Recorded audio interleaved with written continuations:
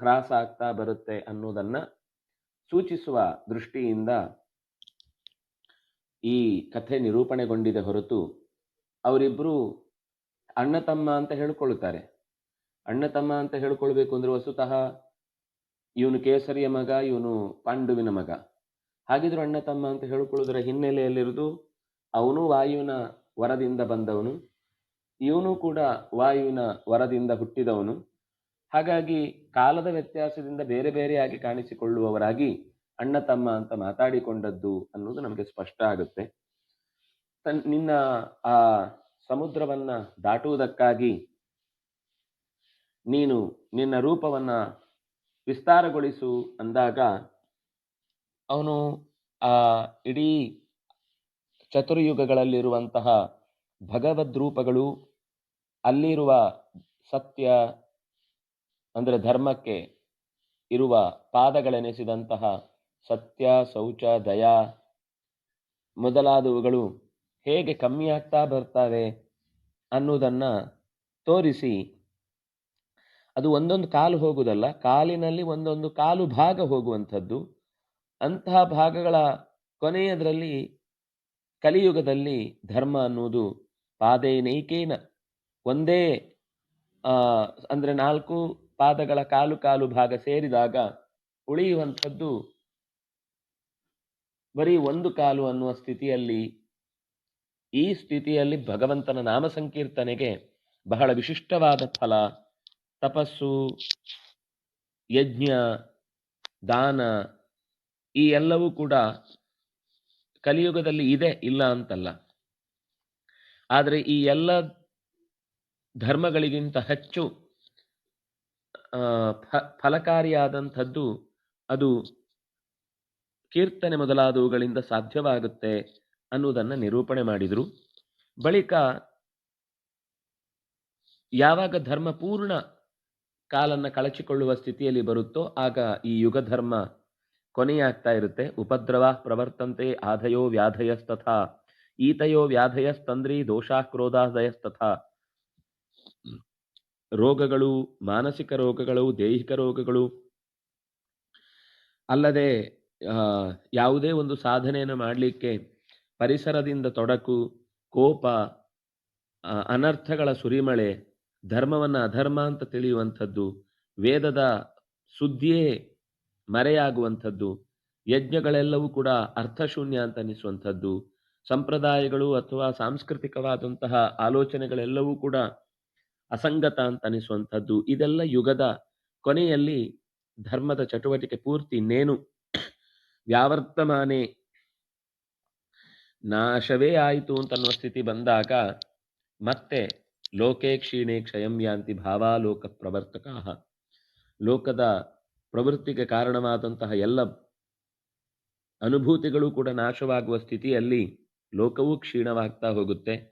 ಆವಾಗ ಪ್ರಾರ್ಥನಾನಿ ವಿಕುರ್ವತೆ, ಲೋಕದ ಏಳಿಗೆಗೋಸ್ಕರ ದೇವತೆಗಳು ಪ್ರಾರ್ಥಿಸ್ತಾರೆ, ಧರ್ಮವೂ ಕೂಡ ನನ್ನನ್ನು ಉಳಿಸು ಅಂತ ಭಗವಂತನನ್ನು ಪ್ರಾರ್ಥಿಸುತ್ತೆ. ಯುಗ ಧರ್ಮ ಯಾವಾಗ ಕಲಿಯುಗ ಮರೆಯಾಗುತ್ತೋ, ಮುಗಿದು ಹೋಗುತ್ತೋ, ಆವಾಗಲೇ ಮತ್ತೆ ಯುಗಾನುವರ್ತನಂ ತ್ವೇತತ್ ಕುರುವಂತಿ ಚಿರಜೀವಿನಃ.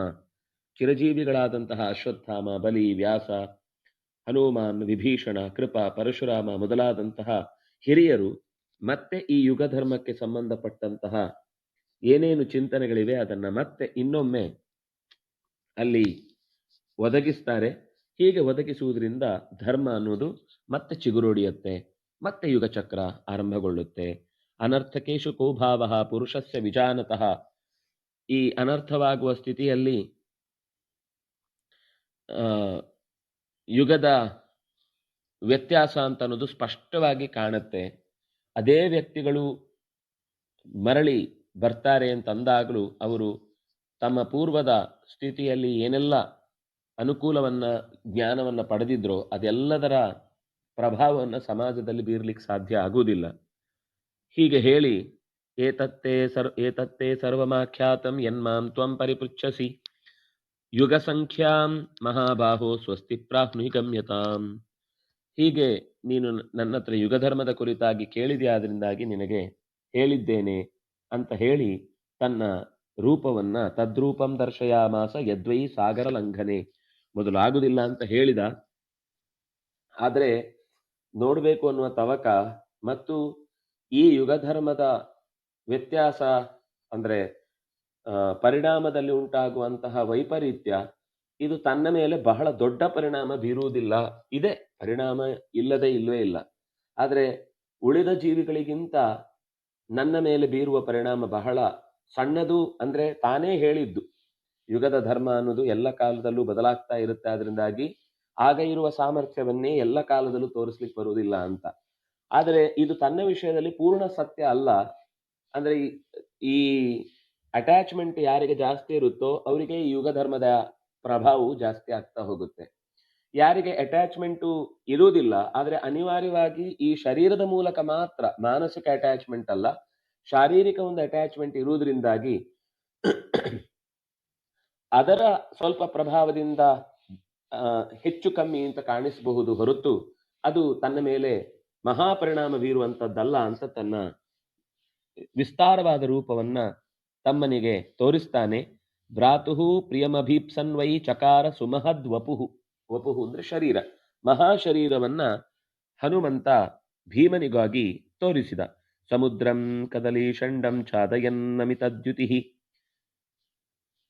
ಬೆಟ್ಟ ನಿಂತಂತೆ ಇಡೀ ಆ ಸುತ್ತಲಿನ ಪರಿಸರವನ್ನೆಲ್ಲ ಮರೆಮಾಚುವಂತೆ ಬೆಳಕಿನ ಪುಂಜವೆನಿಸಿ ಆಗಸಕ್ಕೆ ಎದ್ದು ನಿಂತ.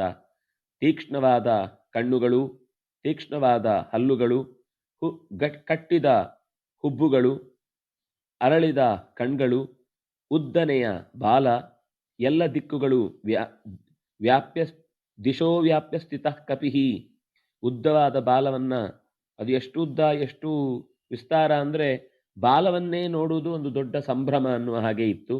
ಇದನ್ನು ನೋಡಿ ಅಣ್ಣನ ಈ ಸ್ವರೂಪವನ್ನ ಕಂಡು ವಿಸಿಸ್ಮಿಷ್ಯೇ ತಥಾ ಭೀಮೋ ಜಹೃಷೇಶ ಪುನಃ ಪುನಃ. ಆಶ್ಚರ್ಯಪಟ್ಟ, ಪುನಃ ಪುನಃ ಜಹೃಷೆ, ಮತ್ತೆ ಮತ್ತೆ ಆನಂದ ಪಟ್ಟ. ನಿನ್ನ ರೂಪ ನೋಡಿ ನನಗೆ ತುಂಬಾ ಆನಂದ ಆಯಿತು. ಒಂದು ಸಂಗತಿ ಏನು ಅಂದ್ರೆ, ಈ ಮಾತುಗಳಲ್ಲಿ ಬರುವ ಅಂಶ, ಬಹಳ ಎತ್ತರಕ್ಕೆ ಏರಿದ ವ್ಯಕ್ತಿಯ ಹತ್ತಿರದಲ್ಲಿ ಇದ್ದಾಗ ಅಂತರಂಗದಿಂದ, ಎತ್ತರಕ್ಕೆ ಇರುವುದು ಅಂದ್ರೆ ಹೊರಗಿನಿಂದ ಅವನು CEO ಆಗಿದ್ದಾನೆ, MD ಆಗಿದ್ದಾನೆ, ಇನ್ನೇನೋ ಆಗಿದ್ದಾನೆ ಅನ್ನುವ ಅಷ್ಟರಿಂದ ಅಲ್ಲ. ಅದು ಒಂದು ಸ್ಥಾನವೇ, ಅಲ್ಲ ಅಂತಲ್ಲ. ಆದರೆ ಅದರಲ್ಲಿ ಬರುವ ದಾರಿ ಅನ್ನೋದು ಬಹಳ ಪ್ರಾಮಾಣಿಕವಾಗಿ ಸೇರಿದ್ದು ಹೌದಾಗಿದ್ರೆ ಅದರಲ್ಲಿ ಒಂದು ಫಲ ತನ್ನ ಸುತ್ತ ಇದ್ದವರಿಗೂ ಸಿಗುತ್ತೆ. ಅಂದ್ರೆ ಫಲ ಅನ್ನೋದು ಹೊರಗಿನಿಂದ ಶೇರ್ ಮಾರ್ಕೆಟ್ನಿಂದ ಅಲ್ಲ, ಅಥವಾ ಲಾಭದಿಂದ ಅಲ್ಲ. ಅವರ ಜೊತೆಗಿದ್ರೆ ಮನಸ್ಸಿಗೇನೋ ಹಿತ. ಅವ್ರು ಮಾಡುವ ಎಲ್ಲ ಕೆಲಸದಲ್ಲಿ ನಮ್ಮನ್ನ ಸ್ವಲ್ಪ ಸೇರಿಸಿಕೊಳ್ಳುವುದಿರಬಹುದು, ಅಥವಾ ನಾವು ಅವರ ಕಾರ್ಯಚಟುವಟಿಕೆಯಲ್ಲಿ ಜೊತೆಗೆ ನೋಡ್ತಾ ಸೇರಿಕೊಳ್ಳುವುದಿರಬಹುದು. ಈ ತರ ಸುಮ್ಮನೆ ಅವರ ಜೊತೆಗಿದ್ರೆ ಮನಸ್ಸು ಬಹಳ ಹಿತಕಾರಿಯಾಗಿರುವಂತೆ ಅನ್ನಿಸ್ತಾ ಇರುತ್ತೆ. ಈ ರೀತಿಯಾದ ಒಂದು ಭಾವನೆಗೆ ಮನುಷ್ಯ ತನ್ನನ್ನ ಒಡ್ಡಿಕೊಳ್ತಾನೆ ಅಂತಂದಾಗ ಆಗ ಗೊತ್ತಿಲ್ಲದೆ ಅನೇಕ ಅನುಗ್ರಹಗಳು ಹಿರಿಯರಿಂದ ನಮಗೆ ಒದಗಿ ಬರುತ್ತೆ. ಭೀಮನಿಗೂ ಅಂಥದ್ದೇ ಒಂದು ಸುಂದರವಾದ ಅನುಭವ. ಹನುಮಂತ ಇರುವ ಜಾಗದಿಂದ ಅವನು ಕದಲಿಕ್ಕೆ ಮನಸ್ಸಾಗ್ಲಿಲ್ಲ, ತುಂಬಾ ಸಂತೋಷ ಆಯಿತು. ಆಮೇಲೆ ಹನುಮಂತ ಇದನ್ನು ನೋಡಿ ಅವನು ಏನು ಹೇಳಬೇಕು ಅಂತ ಗೊತ್ತಾಗ್ತಾ ಇಲ್ಲ, ಕಣ್ಣು ನ್ಯಮೀಲಯತ್, ಕಣ್ಣು ಮುಚ್ಚಿಬಿಟ್ಟ. ಆವಾಗ ಅವನು ಹೇಳ್ತಾನೆ ಹನುಮಂತ, ವರ್ಧೇಹಂ ಚಾಪ್ಯತೋ ಭೂಯೋ ಯಾವನ್ಮೇ ಮನಸೇಪ್ಸಿತಂ ಭೀಮಶತ್ರುಷು ಚಾತ್ಯರ್ಥಂ ವರ್ತತೆ ಮೂರ್ತಿ ರೋಜಸ. ಭೀಮ ಇನ್ನೂ ಇದಕ್ಕಿಂತ ಬೆಳೆಯುವ ಸಾಮರ್ಥ್ಯ ಇದೆ ಅವನಿಗೆ. ಕಾಲ ಬುಡದಲ್ಲಿ ನಿಂತವನಿಗೆ ಎತ್ತರದ ತಲೆ, ಕಣ್ಣು, ಮೂಗು, ಬಾಯಿ ಕಾಣದಷ್ಟು ಎತ್ತರಕ್ಕೆ ಬೆಳೆದು ನಿಂತಿದ್ದ ಹನುಮಂತ. ಅವನು ಹೇಳ್ತಾನೆ ಇನ್ನೂ ಹೆಚ್ಚು ಬೆಳೆಯಬಹುದು, ಆದರೆ ಸಾಕೀಗ, ನಿನಗೆ ತೋರಿಸ್ಬೇಕು ಅಂತ ಅಂದುಕೊಂಡದ್ದನ್ನು ನಾನು ತೋರಿಸಿದ್ದೇನೆ. ಈ ಮಹಾರೌದ್ರವಾದ ವಿಂಧ್ಯ ಪರ್ವತಕ್ಕೆ ಸಮಾನವಾದ ಅದ್ಭುತವಾದ ರೂಪವನ್ನು ಕಂಡು ಪವನಾತ್ಮಜನೆನಿಸಿದಂತಹ ಭೀಮಸೇನ ಅವನನ್ನು ಕುರಿತು ಮರಳಿ ಸಂಹೃಷ್ಟ ತನೂರುಹ, ಮೈಯ ರೋಮ ಎಲ್ಲ ನೆಟ್ಟಗೆ ನಿಂತಿದೆ. ಕೃತಾಂಜಲಿ, ಎರಡು ಕೈಗಳನ್ನು ಮುಗಿದು ಅಧೀನಾತ್ಮ, ಮನಸ್ಸಿನಲ್ಲಿ ತುಂಬ ಸಂತೋಷ ಇದೆ. ದೀನಾತ್ಮ ಅಂದ್ರೆ ಯಾವಾಗ್ಲೂ ಬೇಸರ ಹಾಕೊಂಡೇ ಮುಖವನ್ನ, ನನ್ನ ಹತ್ರ ಅದಿಲ್ಲ, ನನ್ನ ಹತ್ರ ಇದಿಲ್ಲ, ನನಗದು ಸಿಗ್ಲಿಲ್ಲ, ಅಂದ್ರೆ ಏನಾದ್ರೂ ದೊಡ್ಡದನ್ನು ನೋಡಿದಾಗ ಸಂಭ್ರಮ ಪಡುವುದರ ಬದಲು ನನ್ನ ಹತ್ರ ಅದೇ ಇಲ್ಲ ಅಂತ ಬೇಸರ ಪಡುವುದು ಒಂದು ದಡ್ಡತನ ಇರುತ್ತೆ ನಮ್ಮಲ್ಲಿ ಗೊತ್ತಿಲ್ಲದೆ. ಆದ್ರೆ ಭೀಮಸೇನ ದೀನನಾಗ್ಲಿಲ್ಲ, ಅಧೀನಾತ್ಮ. ಇದು ಅವನ ಸಾಮರ್ಥ್ಯ. ಅವನ ಸಾಮರ್ಥ್ಯ ಅಂದ್ರೆ ಆ ಯುಗದಲ್ಲಿ ಇದ್ದು ಈಗ ಅವನು ಬಾಳ್ತಾ ಇರುವುದು. ಈಗ ಪಡೆದ ಶರೀರ ಆಗಿದ್ರೆ ಇದು ಒಂದು ಸೂಚನೆ. ಮತ್ತೆ ಈಗ ಪಡೆದ ಶರೀರ ಆಗಿದ್ರೆ ಇಷ್ಟು ಬೆಳೆಯುವ ಸಾಹಸವನ್ನ ಪ್ರಕೃತಿಯ ನಿಯಮಕ್ಕೆ ವಿರುದ್ಧವಾಗಿ ನಡ್ಕೊಳ್ಳುವುದಿಲ್ಲ ಯಾರು. ಆದ್ರೆ ಅವನು ಆ ಕಾಲದಲ್ಲಿ ಹುಟ್ಟಿ ಇನ್ನೂ ಚಿರಜೀವಿಯಾಗಿರುವವನು. ಅದರಿಂದಾಗಿ ಆ ಚಿರಜೀವಿನ ಅನ್ನೋ ಶಬ್ದ ಹೇಳಿದ್ದು ಇದೇ ಕಾರಣಕ್ಕೆ. ನಾವೇ ಚಿರಜೀವಿಗಳು ಸೇರ್ಕೊಂಡು ಮತ್ತೆ ಮುಂದಿನ ಧರ್ಮವನ್ನ ಮರುಕಳಿಸುವುದಕ್ಕೆ. ಅದರಿಂದಾಗಿ ಹನುಮಂತನ ಉಪಾಸನೆಗೆ ಅಷ್ಟು ಮಹತ್ವ ಬರುವುದು. ಎಲ್ಲಿ ಬೇರೆ ಯಾವುದೇ ದೇವತೆಯ ಉಪಾಸನೆ ಮಾಡುವಾಗಲೂ ಅದು ಚಿರಂತನವೇ, ಚಿರಂತನ ಅಲ್ಲ ಅಂತಲ್ಲ. ಆದ್ರೆ ನಮಗೆ ಸಿಗುವ ಗುರುತ್ವೇನ ಹತ್ತಿರದಲ್ಲಿ ಭೂಮಿಯಲ್ಲಿ ನೆಲೆ ನಿಂತು ನಮಗೆ ಜ್ಞಾನವನ್ನು ಒದಗಿಸುವ, ಬಲವನ್ನು ಕೊಡುವ ಶಕ್ತಿಯಾಗಿ ಹನುಮಂತ ಹತ್ತಿರದ ದೇವತೆ ಆಗ್ತಾನೆ. ಸೂರ್ಯ ಹೇಗೆ ನಮಗೆ ಕಣ್ಣಿಗೆ ಕಾಣುವ ದೇವತೆಯಾಗಿ ಅನುಗ್ರಹಿಸ್ತಾನೋ ಹಾಗೆ ಭೂಮಿಯಲ್ಲಿ ಇದ್ದು ಪ್ರವಹಿಸುವ ಶಕ್ತಿಯಾಗಿ ಹನುಮಂತ ಇದ್ದಾನೆ ಅನ್ನುವ ಕಾರಣಕ್ಕಾಗಿ ಹನುಮಂತನ ಉಪಾಸನೆಗೆ ಮಹತ್ವ ಬರುವುದು ಈ ಕಾರಣಕ್ಕಾಗಿ. ಅದನ್ನ ಬಗೆ ಬಗೆಯಿಂದ ಉಪಾಸನೆ, ಬುದ್ಧಿ ಬಲಂ ಯಶೋ ಧೈರ್ಯಂ ನಿರ್ಭಯತ್ವಂ ಅರೋಗತಾ ಅಜಾಡ್ಯಂ ವಾಕ್ಪಟುತ್ವಂಚ ಹನುಮತ್ ಸ್ಮರಣಾದ್ ಭವೇತ್ ಅಂತ ಹೇಳುದು. ನಮ್ಮಲ್ಲಿ ಈ ಶ್ಲೋಕ ಹೇಳುತ್ತೇವೆ. ಈ ಶ್ಲೋಕದ ಕೊನೆಯಲ್ಲಿ ಇರುವುದೇನು? ಈ ಶ್ಲೋಕವನ್ನ ಹೇಳಿಕೊಳ್ಳುವುದು ಮಾತ್ರ ಅಲ್ಲ, ಹನುಮಂತನ ಸ್ಮರಣೆಯನ್ನ ಮಾಡಬೇಕು. ಶ್ರೀ ಹನುಮತೇ ನಮಃ ಅಂತಾದ್ರೂ ಕನಿಷ್ಠ ಪಕ್ಷ ಒಂದು ನಮಗೆ ಸಾಧ್ಯವಾದಷ್ಟು ಬಾರಿ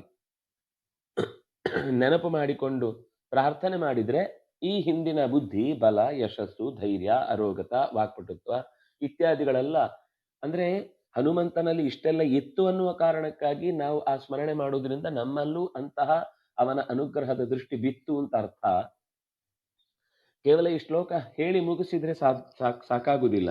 ಈ ಶ್ಲೋಕದಲ್ಲಿ ಅವನು ಬುದ್ಧಿವಂತ, ಇನ್ನು ಸ್ವಲ್ಪ ಹೆಚ್ಚಿನ ನಾವು ವಿಸ್ತಾರದ ಉಪಾಸನೆಗೆ ಹೋದ್ರೆ ಅವನು ಬುದ್ಧಿ ತೋರಿದ ಘಟನೆ ಯಾವುದು, ಯಶಸ್ಸು ಪಡೆದ ಘಟನೆ ಯಾವುದು, ಬಲವನ್ನ ತೋರಿದ ಪ್ರಸಂಗ ಏನು, ಇದೆಲ್ಲವನ್ನು ನೆನಪಿಸಿಕೊಳ್ತಾ ನಾವು ಮುಂದಕ್ಕೆ ಸಾಗುವುದು ಅಂತಾದಾಗ ವಿಶಿಷ್ಟವಾದ ಅನುಗ್ರಹವನ್ನು ನಾವು ಪಡೀಲಿಕ್ಕೆ ಸಾಧ್ಯವಾಗುತ್ತೆ. ಆ ದೃಷ್ಟಿಯಲ್ಲಿ ಹನುಮಂತ ತನ್ನ ವಿಸ್ತಾರವಾದ ರೂಪವನ್ನ ಭೀಮನಿಗೆ ತೋರಿದ್ದು, ಭೀಮ ಅದನ್ನ ಆನಂದ ಪಟ್ಟ ನಂತರ ಹನುಮಂತನಲ್ಲಿ ಹೇಳ್ತಾನೆ, ದೃಷ್ಟಂ ಪ್ರಮಾಣಂ ವಿಪುಲಂ ಶರೀರಸ್ಯಾಸ್ಯತೆ ವಿಭೋ ಸಂಹರಸ್ವ ಮಹಾವೀರ್ಯ ಸ್ವಯಮಾತ್ಮಾನಮಾತ್ಮನ. ನಿನ್ನ ಈ ಶರೀರವನ್ನು ನೀನೇ ಉಪಸಂಹಾರ ಮಾಡು, ಕೂಡ್ಲೆ ಬೇಗನೆ ಮಾಡು. ಈ ವಿಸ್ತಾರವಾದದ್ದನ್ನ ನೋಡಿ, ಅಂದ್ರೆ ತುಂಬಾ ಹೆಚ್ಚು ಅಚ್ಚರಿಯನ್ನ ನೋಡಿದ್ರೆ ಅರ್ಥೈಸಿಕೊಳ್ಳುವ ಶಕ್ತಿ ಕೆಲವೊಮ್ಮೆ ಇಲ್ಲದೆ ಹೋಗಬಹುದು, ಅಥವಾ ಅರಗಿಸಿಕೊಳ್ಳುವ ಶಕ್ತಿ ಇಲ್ಲದೆ ಹೋಗಬಹುದು. ಈ ತುಂಬಾ ದುಃಖ ಆದಾಗ ಹೇಗೆ ತಡಿಲಿಕ್ಕಾಗುದಿಲ್ವೋ ಹಾಗೆ ತುಂಬಾ ಸುಖ ಅಥವಾ ತುಂಬಾ ಅಚ್ಚರಿ ಅಥವಾ ತುಂಬಾ ಅರಿವಿನಿಂದ ಕೂಡಿದ ಯಾವುದೋ ಒಂದು ವಿಷಯವನ್ನು ಬೋಧಿಸಿದ್ರೆ ತಲೆಯೆಲ್ಲ ಮೊದಲು ಸ್ವಲ್ಪ ಅರ್ಥ ಆಗ್ತಾ ಹೋಗುತ್ತೆ. ಆಮೇಲೆ ಯಾಕೋ ಇದು ತಲೆ ಮೇಲಿಂದನೇ ಹಾದು ಹೋಗ್ತಾ ಇದೆ, ಎಲ್ಲೋ ಒಂದು ಲಿಂಕ್ ತಪ್ಪಿ ಹೋಯ್ತು, ಎಲ್ಲೋ ಒಂದು ವಾಕ್ಯ ಮಿಸ್ ಆಯ್ತು, ಎಲ್ಲೋ ಒಂದು ಕಥೆಯ ಹೆಸರಿನ ಎಳೆ ಜಾರಿ ಹೋಯ್ತು ಅಂತ ಅನ್ಸಿದ ತಕ್ಷಣ ಎಲ್ಲ ಮುಂದಿದ್ದು ಹಾಗೆ ಪ್ರವಾಹದಲ್ಲಿ ಕೊಚ್ಕೊಂಡು ಹೋಗ್ತಾ ಇರುತ್ತೆ. ಹಾಗೆ ಅದು ಎಲ್ಲರ ಅನುಭವವೂ ಕೂಡ. ಅವರವರ ಬುದ್ಧಿಮಟ್ಟ ಎಲ್ಲರಿಗೂ ಒಂದೇ ತರ ಆಗ್ಬೇಕು ಅಂತಿಲ್ಲ. ಕೆಲವರಿಗೆ ಸಂಗೀತ ಕೇಳುವಾಗ ಮೂರ್ಛೆ ಬರುವುದು ಅಂತಿರುತ್ತೆ. ಸಂಗೀತ ಕೇಳುದು ಮೂರ್ಛೆ ಬರುವುದು ಅಂದ್ರೆ ಅದು ರೋಗ ಅಲ್ಲ. ಆ ಸಂಗೀತದ ಅವರು ಅದರಲ್ಲಿ ಅಷ್ಟು ಇನ್ವಾಲ್ವ್ ಆಗಿ ಆ ಇನ್ವಾಲ್ವ್ ಆದ ಎದುರಿನವನ ಧ್ವನಿಯನ್ನ ಪೂರ್ತಿಯಾಗಿ ಆಸ್ವಾದ ಮಾಡುವುದಕ್ಕಿಂತ ಅದು ಹೆಚ್ಚಿನ ಪರಿಣಾಮವನ್ನು ಬೀರುವ ಸಂದರ್ಭ ಬಂದಾಗ ಕೆಲವೊಮ್ಮೆ ಅದು ಸಾಧ್ಯವಾಗದೆ ಹೋದಾಗ ನಿದ್ದೆ ಬಂದ್ಬಿಡುತ್ತೆ. ನಿದ್ದೆ ಬರುವುದರ ಜೊತೆಗೆ ಕೆಲವೊಂದು ಸರ್ತಿ ಪ್ರಜ್ಞೆ ತಪ್ಪುತ್ತೆ. ಇದೆಲ್ಲ ಸಾಧ್ಯ ಆಗುವುದು ಯಾಕೆ ಅಂತಂದ್ರೆ ನಮ್ಮ ಬೌದ್ಧಿಕವಾದ ಸಾಮರ್ಥ್ಯ, ಹೃದಯದ ಭಾವುಕತೆಯ ಹಿಡಿತದ ಸಾಮರ್ಥ್ಯದ ಮೇಲೆ ಈ ಎಲ್ಲ ಏರಿಳಿತಗಳು ಉಂಟಾಗ್ತಾ ಇರ್ತವೆ. ಹೇಗೆ ಅರ್ಜುನ ಹೇಳ್ತಾನೆ, ತೇನೈವ ರೂಪೇಣ ಚತುರ್ಭುಜೇನ, ಅದೇ ನಿನ್ನ ಚತುರ್ಭುಜದ ರೂಪವನ್ನ ತೋರು ಕೃಷ್ಣ, ನಿನ್ನ ಈ 1000 ತೋಳು, 1000 ತಲೆ, 1000 ಮೂಗು, 1000 ಕಣ್ಣುಗಳಿಂದ ಕೂಡಿದಂತಹ ವಿಶ್ವತ ಚಕ್ಷು, ವಿಶ್ವತೋಮುಖೋ, ವಿಶ್ವತೋಬಾಹೃತ, ವಿಶ್ವತಸ್ಪಾತ್, ಇದನ್ನು ನನಗೆ ನೋಡ್ಲಿಕ್ಕೆ ಸಾಧ್ಯ ಆಗ್ತಾ ಇಲ್ಲ, ಉಪಸಂಹರಿಸಿಕೋ ಅಂತ ಕೇಳಿಕೊಳ್ತಾನೆ.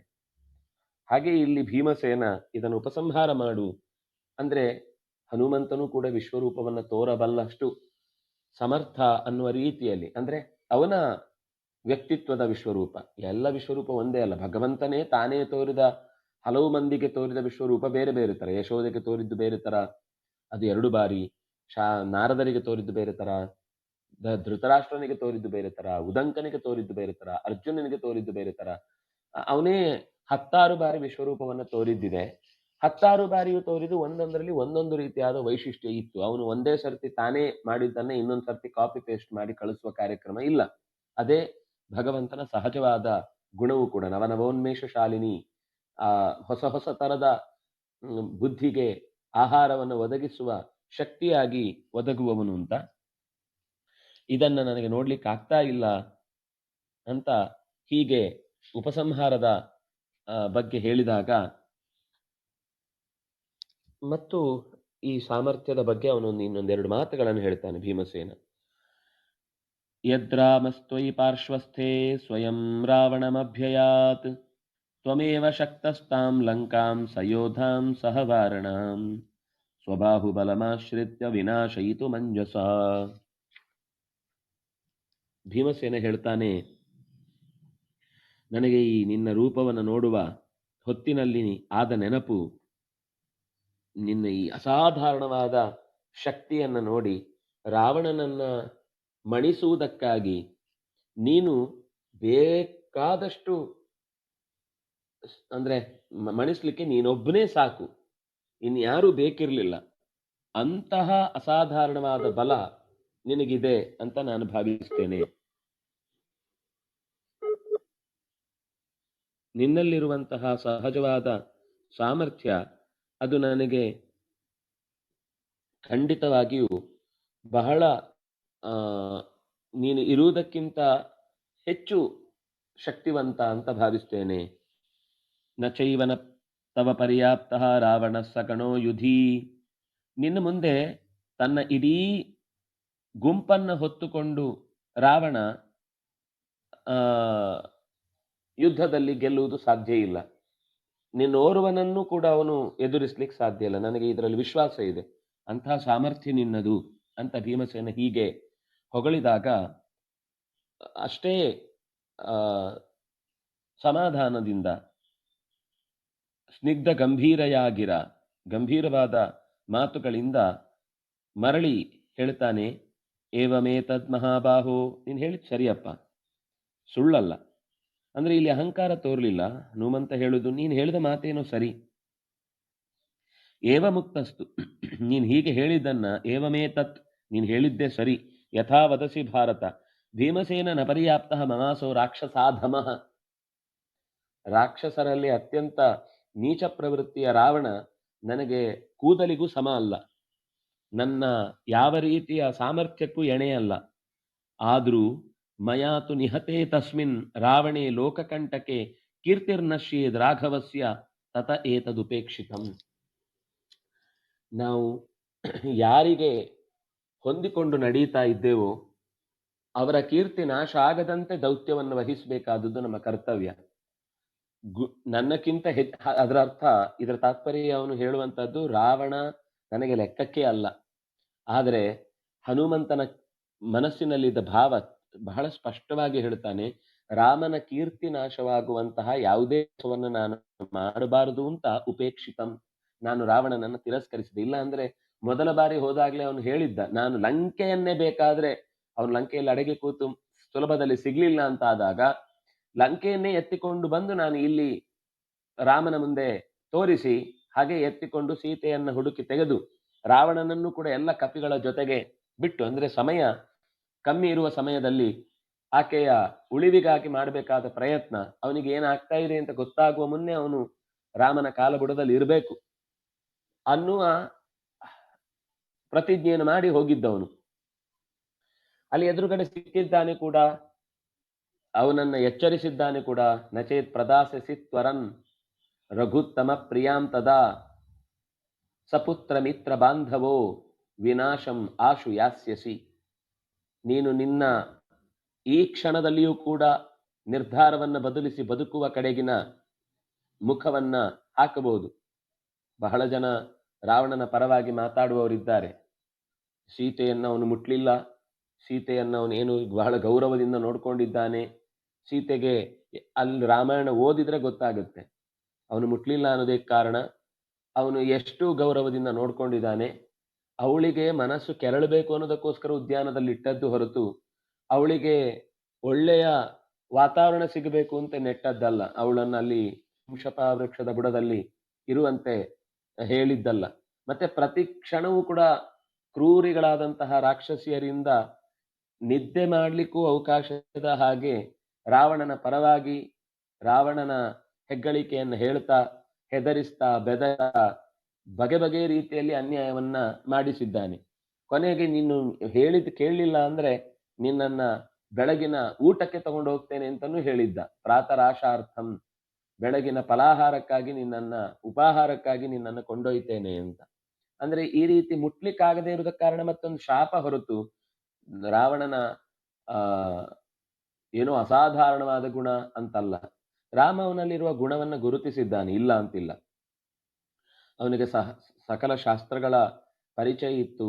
ಯೋಗ, ಈ ಮಾನಸಿಕವಾದಂತಹ ಸ್ಥಿರತೆ, ಧೈರ್ಯ, ಜಪದ ಅನುಷ್ಠಾನ, ಕಾಲ ಕಾಲಕ್ಕೆ ಅದನ್ನು ನಿರ್ವಹಿಸುವ ಎಲ್ಲ ಕ್ರಿಯೆಯಲ್ಲೂ ಆತ ಜ್ಞಾನಿಯಾಗಿದ್ದ. ಆದರೆ ಅದರ ಜೊತೆಗೆ ಇಂತಹ ದುರ್ಗುಣಗಳು ಇದ್ದದ್ರಿಂದಲೇ ಸಂಹಾರ ಮಾಡಿದ್ದು ಹೊರತು ಇದನ್ನ ಯಾವುದೋ ಜನಾಂಗದ ಕಥೆಗಳಿಗೆ ಸೇರಿಸಿ ಜನರ ದಾರಿ ತಪ್ಪಿಸುವಂತಹ ಯಾವ ಕಥೆ ಯಾವ ಗ್ರಂಥದ ಮೂಲದಿಂದ ಬಂದಿದೆಯೋ ಆ ಗ್ರಂಥವನ್ನು ಬಿಟ್ಟೇ ಬಿಟ್ಟು ತಾವೇ ಸಿದ್ಧಿಸಿದ ಕಲ್ಪಿಸಿದಂತಹ ಕಥೆಗಳ ಮೂಲಕ ಜನರಿಗೆ ಇತಿಹಾಸವನ್ನ ಬೋಧಿಸುವ ದಡ್ಡತನ ಇರುವವರನ್ನ, ಯಾಕೆಂದ್ರೆ ಇದು ಮಹಾಭಾರತದಲ್ಲಿ ಉಲ್ಲೇಖಗೊಂಡಿದೆ ಅಂದ್ರೆ ಈ ಇಡೀ ರಾಮಾಯಣದ ಕಥೆ ವನಪರ್ವದಲ್ಲಿ ಮುಂದೆ ಪೂರ್ತಿ ಬರುತ್ತೆ. ಮತ್ತೆ ಈಗ ಹನುಮಂತ ಈ ಕಾಲದಲ್ಲಿ ಚಿರಜೀವಿಯಾಗಿ ಭೀಮಸೇನನಿಗೆ ಸಿಗುವುದರ ಮೂಲಕ ರಾಮಾಯಣವೂ ಕೂಡ ಯಥಾವತ್ತಾದ ಇತಿಹಾಸ ಅನ್ನೋದು ನಮಗೆ ಅರ್ಥ ಆಗುತ್ತೆ. ವಾಲ್ಮೀಕಿಗಳು ಕೆಲವು ಅಂಶದಲ್ಲಿ ಉದಾಹರಣೆಗಳನ್ನ ಕೊಡುವಾಗ, ನಮಗೆ ಕಥೆಯನ್ನು ಜೋಡಿಸುವಾಗ ಒಂದು ಕಾವ್ಯದ ಶೈಲಿಯನ್ನ ಮಾತೃ ಸಂಹಿತೆಯ ಮೂಲಕ ಅಥವಾ ಕಾಂತಾ ಸಂಹಿತೆಯ ಮೂಲಕ ನಮಗೆ ಕೆಲವೊಂದು ಸಂಗತಿಗಳನ್ನ, ಅಂದ್ರೆ ಕೆಲವೊಮ್ಮೆ ಪ್ರಭು ಸಂಹಿತೆ ಇರುತ್ತೆ, ಕೆಲವೊಮ್ಮೆ ಮಿತ್ರ ಸಂಹಿತೆ ಇರುತ್ತೆ, ಕೆಲವೊಮ್ಮೆ ಕಾಂತಾ ಸಂಹಿತೆ ಇರುತ್ತೆ. ಒಂದು ಧರ್ಮವನ್ನ ಬೋಧಿಸುವ ದಾರಿಯಲ್ಲಿ ಪ್ರಭು ಸಂಹಿತೆ ಅಂತಂದಾಗ ಜೋರ್ ಮಾಡಿ ಹೇಳುದು, ಮಿತ್ರ ಸಂಹಿತೆ ಅಂತಂದಾಗ ಆತ್ಮೀಯವಾಗಿ ಹೇಳುದು, ಕಾಂತಾ ಸಂಹಿತೆ ಅಂತ ಆತ್ಮೀಯವಾಗಿ ಹೇಳುವುದಕ್ಕಿಂತ ಹೆಚ್ಚು ನೀನು ಮಾಡಬೇಕು ಅನ್ನೋದರ ಅಪೇಕ್ಷೆ ಬರುವಂತೆ ನೀನು ರಾಮನಂತೆ ಇರಬೇಕು ಹೊರತು ರಾವಣನಂತೆ ಇರುವುದಕ್ಕಲ್ಲ. ಅಂದ್ರೆ ಯಾವುದನ್ನು ನೇರ ಹೇಳುವುದೇ ಇಲ್ಲ. ಮಿತ್ರ ನೇರ ಹೇಳ್ತಾನೆ, ಇಲ್ಲಿ ನೀನು ಹೀಗಿರು ಅಂತ ಹೇಳುವ ಮಾತಿಲ್ಲ, ಹೀಗಿದೆ ಅಪ್ಪ ಪರಿಸ್ಥಿತಿ ಅಂತ ಹೇಳುವ ಮೂಲಕ ವಾಲ್ಮೀಕಿಗಳು ರಾಮಾಯಣದ ಚಿತ್ರಣವನ್ನ ಕೊಟ್ಟರು. ಹಾಗಾಗಿ ಕಾವ್ಯದ ಕಲ್ಪಕತೆ ಖಂಡಿತ ಅದರಲ್ಲಿ ಸ್ವಲ್ಪ ಇದ್ದೇ ಇರಬಹುದು. ಆದ್ರೆ ಅದರಲ್ಲಿ ನಡೆದ ಘಟನೆ, ಅದರಲ್ಲಿರುವ ಪ್ರದೇಶಗಳು, ಅದರಲ್ಲಿರುವ ನದಿಗಳ ಹೆಸರು, ಅದರಲ್ಲಿರುವ ಅನೇಕ ತರದ ಭೌಗೋಳಿಕ ಚಿತ್ರಣದ ಜೊತೆಗೆ ಅಲ್ಲಿಯ ರಾಜ್ಯಭಾರದ ರಾಜಮನೆತನದ ಹೆಸರುಗಳು, ಇದೆಲ್ಲವೂ ಕೂಡ ಈ ಭೂಮಿಗೆ ಸಂಬಂಧಪಟ್ಟಂತಹ ಅತ್ಯಂತ ಉತ್ತಮವಾದ ಐತಿಹಾಸಿಕವಾದ ಘಟನೆಗಳನ್ನ ಹೇಳುತ್ತೆ ಅನ್ನೋದು ಅರ್ಥ ಆಗುತ್ತೆ. ಅಂತಹ ಒಬ್ಬ ದುಷ್ಟ ರಾಕ್ಷಸಾಧಮಃ ನನ್ನ ಕೈಗೆ ಸಿಗುವುದು ಎರಡು ಕ್ಷಣದ ಕೆಲಸ. ಆದರೆ ರಾಮನ ಕೀರ್ತಿ ನವಿನಶ್ಯೇತ್, ಅದು ನಾಶ ಆಗಬಾರದು ಅಂತ ನಾನು ಅವನನ್ನು ಉಪೇಕ್ಷೆ ಮಾಡಿದೆ. ತೇನ ವೀರೇಣ ತಂ ಹತ್ವಾ ಸಗಣಂ ರಾಕ್ಷಸಾಧಮಂ ಆನೀತಾ ಸ್ವಪುರಂ ಸೀತಾ ಕೀರ್ತಿಶ್ಚ ಸ್ಥಾಪಿತಾ ನೃಷು. ಒಂದು ವೇಳೆ ಆ ಕ್ಷಣದಲ್ಲಿ ನಾನು ಸೀತೆಯ ದುಃಖವನ್ನ ಕಂಡು ಹೆಗಲಲ್ಲಿ ಹೊತ್ತುಕೊಂಡು ರಾವಣನನ್ನ ಅಲ್ಲೇ ನೆಲಕ್ಕೆ ಒರೆಸಿ ಬಂದಿದ್ರೆ ಕೆಲಸ ಮುಗಿದು ಹೋಗ್ತಿತ್ತು. ಆದರೆ ರಾಜನಿಗೆ ಸಂಬಂಧಪಟ್ಟಂತೆ ತನ್ನ ಕರ್ತವ್ಯವನ್ನು ನಿರ್ವಹಿಸುವ ಹೊಣೆಗಾರಿಕೆ ಮತ್ತು ಅವನು ಅದಕ್ಕಾಗಿ ಇಷ್ಟು ದೂರ ಅಲೆದಿದ್ದು ಇದು ಯಾವುದು ಕೂಡ ಅರ್ಥಶೂನ್ಯ ಅಂತ ಅನ್ನಿಸಿಬಿಡ್ತಿತ್ತು. ಯಾಕೆಂದ್ರೆ ಅವನು ಬಂದು ಹುಡುಕಿದ್ದು ಇಲ್ಲಿಯ ತನಕ ನಮ್ಮ ಕಿಷ್ಕಿಂಧೆಯ ತನಕ ಹುಡುಕಿಕೊಂಡು ಬಂದದ್ದು ಇದೆಲ್ಲವೂ ಸೀತೆಗಾಗಿ ಅನ್ನುವ ಈ ಹೊತ್ತಿನಲ್ಲಿ ಅವನ ಪ್ರಯತ್ನಕ್ಕೆ ಪೂರ್ಣವಾದ ಅರ್ಥ ಸಿಗಬೇಕು ಅಂತ ನಾನು ಸೀತೆಯನ್ನ ತರಲಿಲ್ಲ ಅಥವಾ ರಾವಣನ ಸಂಹರಿಸಲಿಲ್ಲ. ತದ್ಗಚ್ಚ ವಿಪುಲ ಪ್ರಜ್ಞ, ನೀನು ಹೇಳಿದ್ ಸರಿ. ಅದರಿಂದಾಗಿ ವಿಪುಲ ಪ್ರಜ್ಞ ಅಂತ ಒಳ್ಳೆ ಸಂಬೋಧನೆ.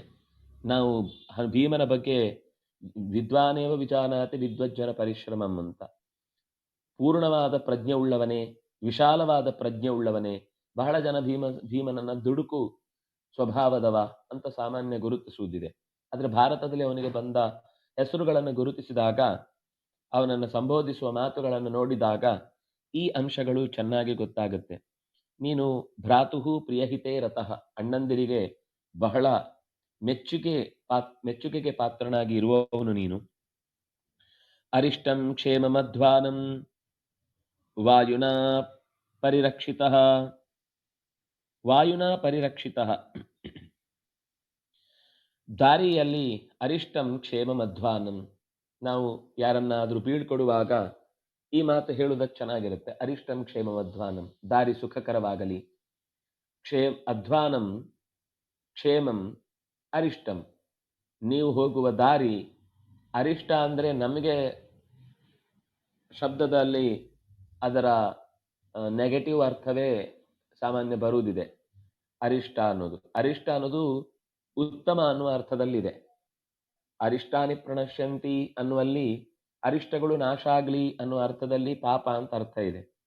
ಆದರೆ ದಾರಿಯ ಹೋಗುವಿಕೆ ಅನ್ನುವ ಅರ್ಥವನ್ನ ಹೇಳುವಾಗ ಅಲ್ಲಿ ಶುಭವಾಗಲಿ ಅನ್ನುವ ಅಂಶವನ್ನ ಹೇಳ್ತಾ, ನಿನ್ನ ದಾರಿ ಸುಖಕರವಾಗಲಿ, ನಿನಗೆ ದಾರಿಯುದ್ದಕ್ಕೂ ಪ್ರಕೃತಿಯ ಎಲ್ಲ ರಕ್ಷಣೆ ಸಿಗಲಿ. ಏಷ ಪಂಥ ಕುರು ಶ್ರೇಷ್ಠ ಸೌಗಂಧಿಕವನಾಯತೆ, ನೀನು ಸೌಗಂಧಿಕ ಪುಷ್ಪವನ್ನ ತೆಗೆದುಕೊಳ್ಳಿಕ್ಕೋಸ್ಕರ ಬಂದದ್ದಲ್ವಾ, ಈ ದಾರಿಯಲ್ಲಿ ಹೋಗು. ದ್ರಕ್ಷಸೆ ಧನದೋದ್ಯಾನಂ ರಕ್ಷಿತಂ ಯಕ್ಷ ರಾಕ್ಷಸೈಹಿ. ಮುಂದೆ ಧನದನ ಉದ್ಯಾನ ಇದೆ. ಧನದ ಅಂದ್ರೆ ಕುಬೇರನ ಒಂದು ದೊಡ್ಡ ಉದ್ಯಾನ ಇದೆ. ಯಕ್ಷರು ರಾಕ್ಷಸರು ಅಲ್ಲಿ ರಕ್ಷಣೆಗೆ ಅಂತ ನಿಂತಿರ್ತಾರೆ. ನಚತೆ ತರಸಾ ಕಾರ್ಯ ಕುಸುಮಾಪಚಯ ಸ್ವಯಂ. ನೀನು ಕೂಡ್ಲೆ ಕುಸುಮಾಪಚಯಂ, ಕುಸುಮವನ್ನ ಹೂವನ್ನ ಕೂಡ್ಲೆ ಹೋಗಿ ಕಿತ್ಕೊಂಡು ಬಿಡಬೇಡ. ದೈವತಾನಿ ಹಿಮಾನ್ಯಾನಿ ಪುರುಷೇಣ ವಿಶೇಷತಃ. ದೇವತೆಗಳನ್ನು ಯಾವತ್ತು ಪ್ರಾರ್ಥಿಸಿ ಅದು ನಮ್ಮದೇ ಅನ್ನುವ ಸ್ಥಿತಿಯಲ್ಲಿ ಇದ್ದಾಗಲೂ ಗಿಡ ಅದು ಭೂಮಿಯಿಂದ ಮಣ್ಣು ನೀರು ಇತ್ಯಾದಿಗಳನ್ನು ಸ್ವೀಕರಿಸಿ ಪ್ರಕೃತಿಯ ಅನೇಕ ಧರ್ಮಗಳನ್ನ ತನ್ನಲ್ಲಿ ಒಡಗೂಡಿಸಿಕೊಂಡು ಹೂವನ್ನು ಸಿದ್ಧಪಡಿಸುವಾಗ ಅನೇಕ ದೇವತೆಗಳ ಸಹಾಯದಿಂದಾಗಿ ಆ ಕಾರ್ಯ ನಡೆದಿರುತ್ತೆ, ಪ್ರಕೃತಿಯ ನಿಯಮವನ್ನು ಅನುಸರಿಸಿ. ಇದ್ದಕ್ಕಿದ್ದ ಹಾಗೆ ನಾವು ನಮ್ಮದೇ ಮನೆಯ ಗಿಡದ ಹಣ್ಣನ್ನು ಹೂವನ್ನು ಕೊಯ್ಯುವಾಗಲೂ ಹಾಗೆ ಕೊಯ್ಯುವುದು ತಪ್ಪು. ದೈವತಾನಿ ಪ್ರಾರ್ಥ್ಯಾನಿ, ದೇವತೆಗಳನ್ನು ನಾವು ಪ್ರಾರ್ಥನೆ ಮಾಡಬೇಕು. ಅದರಲ್ಲೂ ಮನುಷ್ಯರಾಗಿ ನಮಗೆ ಆ ಯಾವ ಸಾಮರ್ಥ್ಯವೂ ಇಲ್ಲ. ಅದರಿಂದಾಗಿ ನಾವು ಪ್ರಾರ್ಥಿಸಿ ಪುರುಷೇಣ ವಿಶೇಷತಃ. ಇನ್ನು ಬೇರೆ ದೊಡ್ಡ ಪ್ರಮಾಣದ ಯಾವುದೋ ಒಂದು ಕಾರ್ಯವನ್ನ ನಡೆಸ್ತಾ ಇದ್ದೇವೆ ಅಂತಂದಾಗ ಬಲಿಹೋಮ ನಮಸ್ಕಾರೈಹಿ ಮಂತ್ರೈಶ್ಚ ಭರತರ್ಷಭ. ಯಾವುದಾದ್ರೂ ಆಹುತಿಗಳನ್ನ ಇತ್ತು, ಹೋಮಗಳನ್ನ ಮಾಡಿ ಅನ್ನ ಹೊರಗಿಡುವುದು ಇತ್ಯಾದಿಗಳೆಲ್ಲ ಏನೇನೋ ಮಾಡ್ತಾರಲ್ವ, ನಮಸ್ಕಾರಗಳು, ಒಳ್ಳೆಯ ಸ್ತೋತ್ರ ಪಾರಾಯಣಗಳು. ದೈವತಾನಿ ಪ್ರಸಾದಂ ಹಿ ಭಕ್ತ್ಯಾ ಕುರುವಂತಿ ಭಾರತ. ದೇವತೆಗಳು ಖಂಡಿತ ಯಾರು ಭಕ್ತಿಯಿಂದ ಪ್ರಾರ್ಥನೆ ಮಾಡುತ್ತಾರೆ ಅವರಿಂದ ಅವರಿಗೆ ಯಾವುದೇ ರೀತಿಯಾದ ತೊಂದರೆ ಕೊಡದೆ ಅವರಿಂದ ಒಳ್ಳೆ ಕೆಲಸ ಆಗುವ ಹಾಗೆ ನೋಡಿಕೊಳ್ತಾರೆ. ಮಾತಾ ತಸಾಹಸಂ ಕಾರ್ಷೀಹಿ ಸ್ವಧರ್ಮಂ ಪರಿಪಾಲಯ. ಅದರಿಂದಾಗಿ ನಿನ್ನ ಧರ್ಮವನ್ನ ನೀನು ಚೆನ್ನಾಗಿ ಪಾಲನೆ ಮಾಡು. ಕ್ಷತ್ರ ಧರ್ಮ ನಿನ್ನದು. ಸ್ವಧರ್ಮ ಸ್ಥಾಪನಂ ಧರ್ಮಂ ಬುದ್ಧ್ಯಸ್ವ.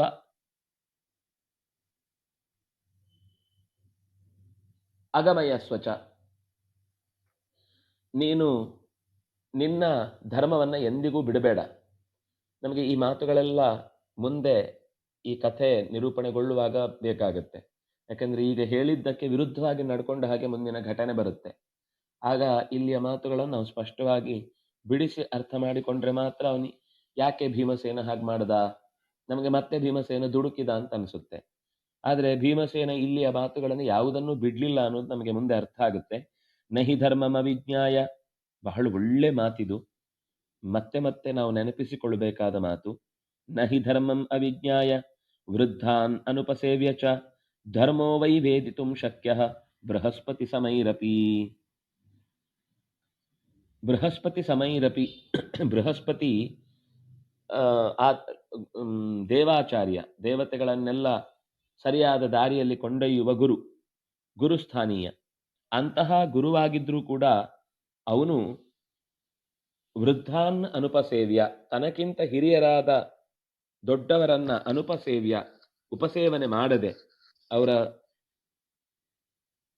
ಕಾಲಿಗೆ ಬೀಳದೆ, ಅವರ ಜೊತೆಗೆ ಇರದೆ, ಅವರ ಕೈಕರ್ಯಗಳಲ್ಲಿ ಕೈ ಕೊಡದೆ, ಮೈಗೂಡದೆ ನಾವು ಧರ್ಮವನ್ನು ಪೂರ್ತಿ ತಿಳಿಯುವುದು ಸಾಧ್ಯ ಇಲ್ಲ. ಧರ್ಮಂ ವೈ ವೇದಿತುಂ ನ ಶಕ್ಯ, ಯಾವ ರೀತಿಯಿಂದಲೂ ಧರ್ಮವನ್ನು ಪೂರ್ಣವಾಗಿ ತಿಳಿಯುವುದು ಸಾಧ್ಯ ಇಲ್ಲ. ಅಧರ್ಮೋ ಯತ್ರ ಧರ್ಮಾಖ್ಯೋ ಧರ್ಮಶ್ಚಾಧರ್ಮ ಸಂಹಿತ ಸವಿಜ್ಞೇಯೋ ವಿಭಾಗೇನ ಯತ್ರ ಮುಹ್ಯಂತ್ಯ ಬುದ್ಧಯ. ಸರಿಯಾದ ಧರ್ಮವನ್ನ ತಿಳಿಯದೆ ಹೋದಾಗ ಅಧರ್ಮವೇ ಧರ್ಮವಾಗಿ ಕಾಣುತ್ತೆ, ಧರ್ಮವೇ ಅಧರ್ಮವಾಗಿ ಕಾಣುತ್ತೆ. ಧರ್ಮ ಅಂದ್ರೆ ಏನು ಅಂತ ತಿಳ್ಕೊಳ್ಳೋದು ಬಹಳ ಕಷ್ಟ. ನಮಗೆ ಇಂಗ್ಲಿಷ್ನಲ್ಲಿ ಟ್ರಾನ್ಸ್ಲೇಟ್ ಮಾಡುವಾಗ ರಿಲಿಜನ್ ಅನ್ನೋ ಶಬ್ದ ಬಳಸಿ ಬಿಡ್ತಾರೆ. ಆದರೆ ಅದು ಬಹಳ ಬಹಳ ಬಹಳವಾದ ಸಂಕುಚಿತವಾದ ಅರ್ಥ. ಅದು ಒಂದು ಸಣ್ಣ ಅರ್ಥ ಹೊರತು, ಅದು ಧರ್ಮದ ಒಂದು ಭಾಗ ಹೊರತು ಧರ್ಮದ ಸಮಗ್ರ ಚಿಂತನೆಯನ್ನ ಆ ಶಬ್ದದಿಂದ ಹಿಡಿಲಿಕ್ಕೆ ಸಾಧ್ಯವೇ ಇಲ್ಲ. ಅದರಿಂದಾಗಿ ಧರ್ಮ ಅಧರ್ಮವಾಗಿ ಕಾಣುತ್ತೆ, ಅಧರ್ಮ ಧರ್ಮವಾಗಿ ಕಾಣುತ್ತೆ. ಪಾಶ್ಚಾತ್ಯ ಕಣ್ಣಿನಿಂದ ಈ ನೆಲದ ಯಾವುದೇ ಮಣ್ಣನ್ನ ಕಂಡಾಗಲೂ ಇದರಲ್ಲಿ ಅಸ್ವಾರಸ್ಯವೇ ಕಾಣುತ್ತೆ. ಯಾಕೆ ಅಂದ್ರೆ ನಮಗೆ ಈ ಮಣ್ಣಿನ ಸೊಗಡು ಏನು ಅಂತ ಅರ್ಥ ಆಗಿಲ್ಲ. ಅದರಿಂದಾಗಿ ಅಬುದ್ಧಯ ಮುಹ್ಯಂತಿ. ಅದರಿಂದಾಗಿ ಧರ್ಮ ಯಾವುದು ಅಧರ್ಮ ಯಾವುದು ಅಂತ ವಿಭಾಗ ಮಾಡುವುದಕ್ಕೆ ಸುಲಭದ ದಾರಿ ಅಲ್ಲ, ಸುಲಭದ ಕೆಲಸ ಅಲ್ಲ ಅದು. ಅದಕ್ಕಾಗಿ ನಾವು ನಿಜವಾಗಿ ರಾಮಾಯಣ ಮಹಾಭಾರತ ಎಲ್ಲ ಯಾಕೆ ಕೇಳಬೇಕು ಅಂದ್ರೆ, ನಮಗೆ ಧರ್ಮ ಬುದ್ಧಿಯನ್ನ ನಿಶ್ಚಯ ಮಾಡುವುದಕ್ಕೆ ಬೇಕಾದಂತಹ ಸರಿಯಾದ ನೆಲೆ ಸಿಗುತ್ತೆ ಅನ್ನುವ ಕಾರಣಕ್ಕಾಗಿ. ಸುಮ್ಮನೆ ಕತೆ ಕೇಳಿದ್ರೆ ಉಪಯೋಗ ಇಲ್ಲ. ಬಹಳ ಜನ ಹೇಳುದುಂಟು, ನಾವು ಮಹಾಭಾರತ ಎಲ್ಲ ಗೊತ್ತು, ಅದರಲ್ಲಿ ಏನಿದೆ, ರಾಮ ಮತ್ತೆ ಸೀತೆಯ ಕತೆ ರಾಮಾಯಣ, ಪಾಂಡವರು ಮತ್ತು ಕೌರವರ ಕತೆ ಮಹಾಭಾರತ ಅಷ್ಟೇ ಅಂತ. ಆದ್ರೆ ಈ ಶ್ಲೋಕ ಬೈ ಶ್ಲೋಕ ನಾವು ನೋಡುವಾಗ ಸಿಗುವ ಈ ಸಣ್ಣ ಸಣ್ಣ ಘಟನೆಯಲ್ಲೂ ಸಣ್ಣ ಸಣ್ಣ ನಿಯಮಗಳಲ್ಲೂ ನಾವು ಪ್ರಕೃತಿಯ ಜೊತೆಗೆ ಹೇಗೆ ವರ್ತಿಸಬೇಕು, ದೊಡ್ಡವರ ಜೊತೆಗೆ ಹೇಗಿರ್ಬೇಕು, ಸಣ್ಣವರನ್ನ ಹೇಗೆ ನೋಡ್ಕೊಳ್ಬೇಕು, ನಮ್ಮ ಸಮಾನರ ಜೊತೆಗೆ ನಾವು ಹೇಗೆ ವರ್ತಿಸಬೇಕು, ಈ ಎಲ್ಲ ಸಂಗತಿಗಳನ್ನ ಈ ಮಾತುಗಳು ಇಲ್ಲಿ ಬಿಡಿಸ್ತಾ ಹೋಗ್ತಾನೆ.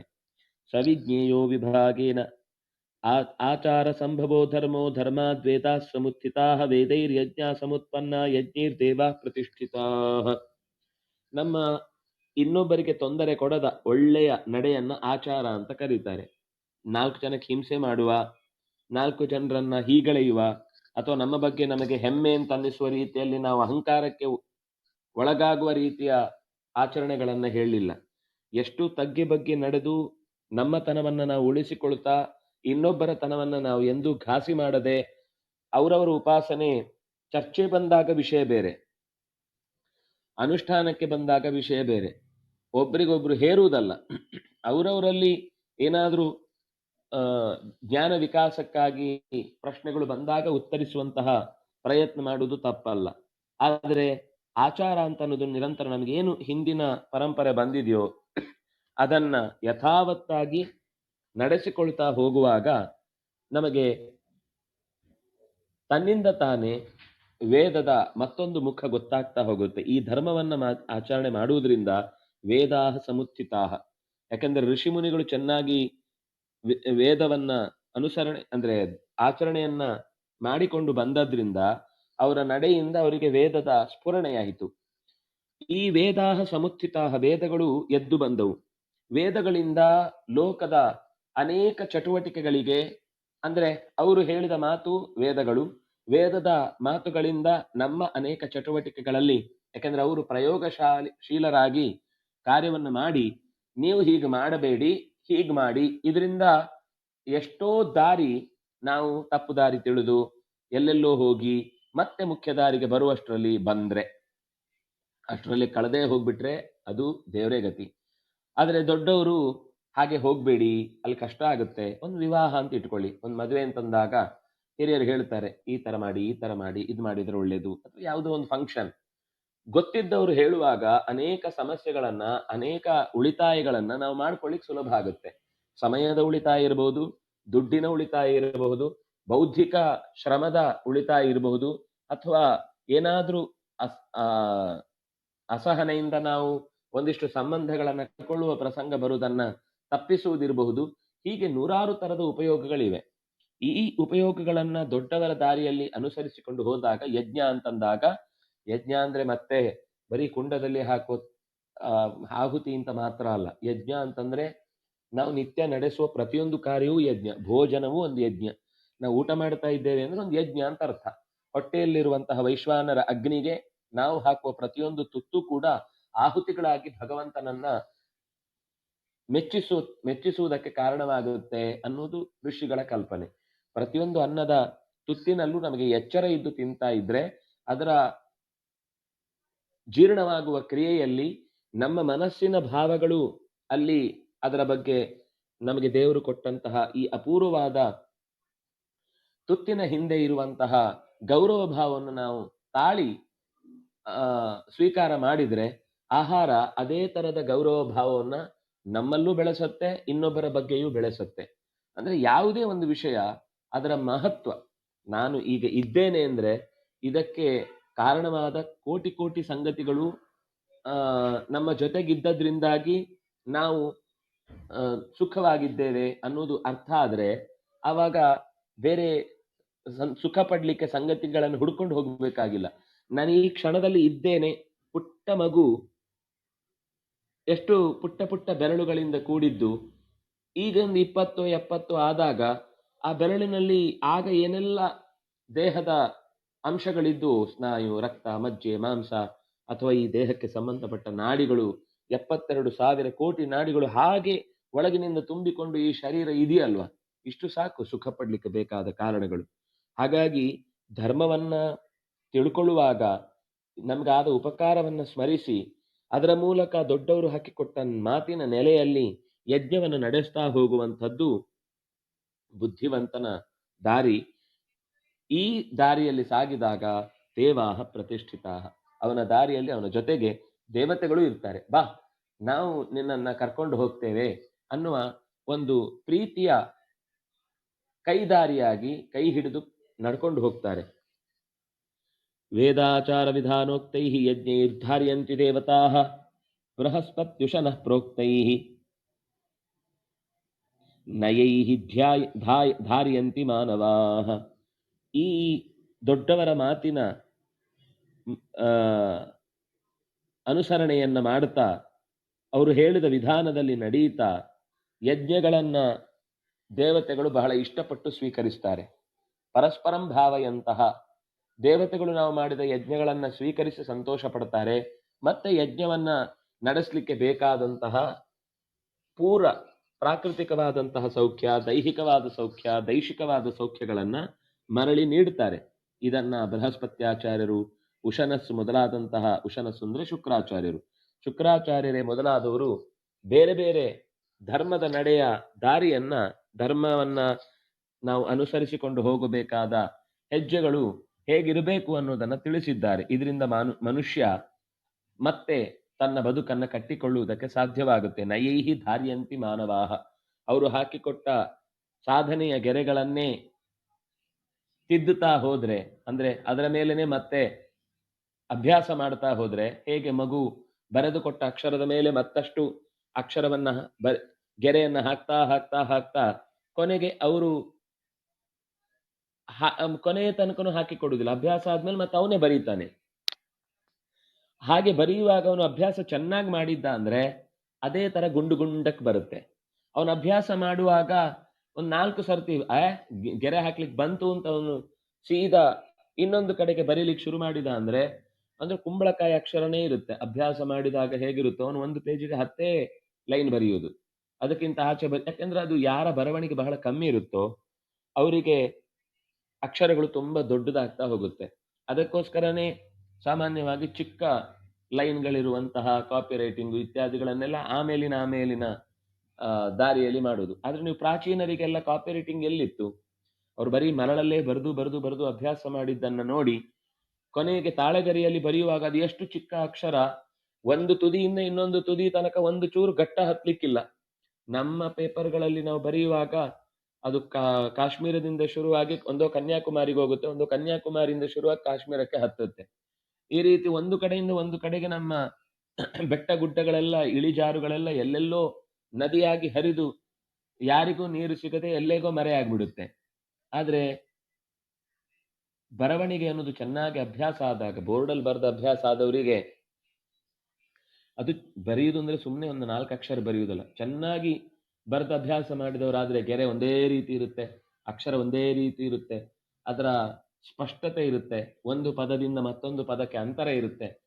ಇದೆಲ್ಲವೂ ಕೂಡ ಬರವಣಿಗೆಯ ದೃಷ್ಟಿಯಿಂದ ಬಹಳ ಮುಖ್ಯವಾದ ಅಂಶ ಅಂತ ಅನ್ನೋದು ಹೇಗೆ ನಾವು ಲೋಕದಲ್ಲಿ ನೋಡ್ತೇವೋ ಹಾಗೆ ಧರ್ಮವೂ ಕೂಡ ಒಂದು ಬರವಣಿಗೆಯ ಹಾಗೆ ತಿದ್ದಿ ತೀಡಿ ನಾವು ಅವ್ರು ಬರೆದ ದಾರಿಯಲ್ಲೇ ಅವ್ರು ಬರೆದ ಗೆರೆಯ ಮೇಲೇನೆ ಗೆರೆ ಹಾಕುವಂತೆ ಅವರು ಹಾಕಿಕೊಟ್ಟ ನೆಲೆಯಂತೆಯೇ ನಾವು ನಡೆಸ್ತಾ ಬಂದಾಗ ಮುಂದೆ ಸ್ವತಂತ್ರವಾಗಿ ಅವರು ಹಾಕಿಕೊಟ್ಟ ಗೆರೆ ಅವತ್ತಿನದ್ದನ್ನೇ ರಿಪೀಟ್ ಮಾಡಿ ಹೇಳಿ ನಾವು ಹೇಳಬೇಕಾಗಿಲ್ಲ. ನಮ್ಗೆ ಅಷ್ಟೊತ್ತಿಗೆ ಅದರದ್ದೊಂದು ಐಡಿಯಾ ಸಿಕ್ಕಿರುತ್ತೆ.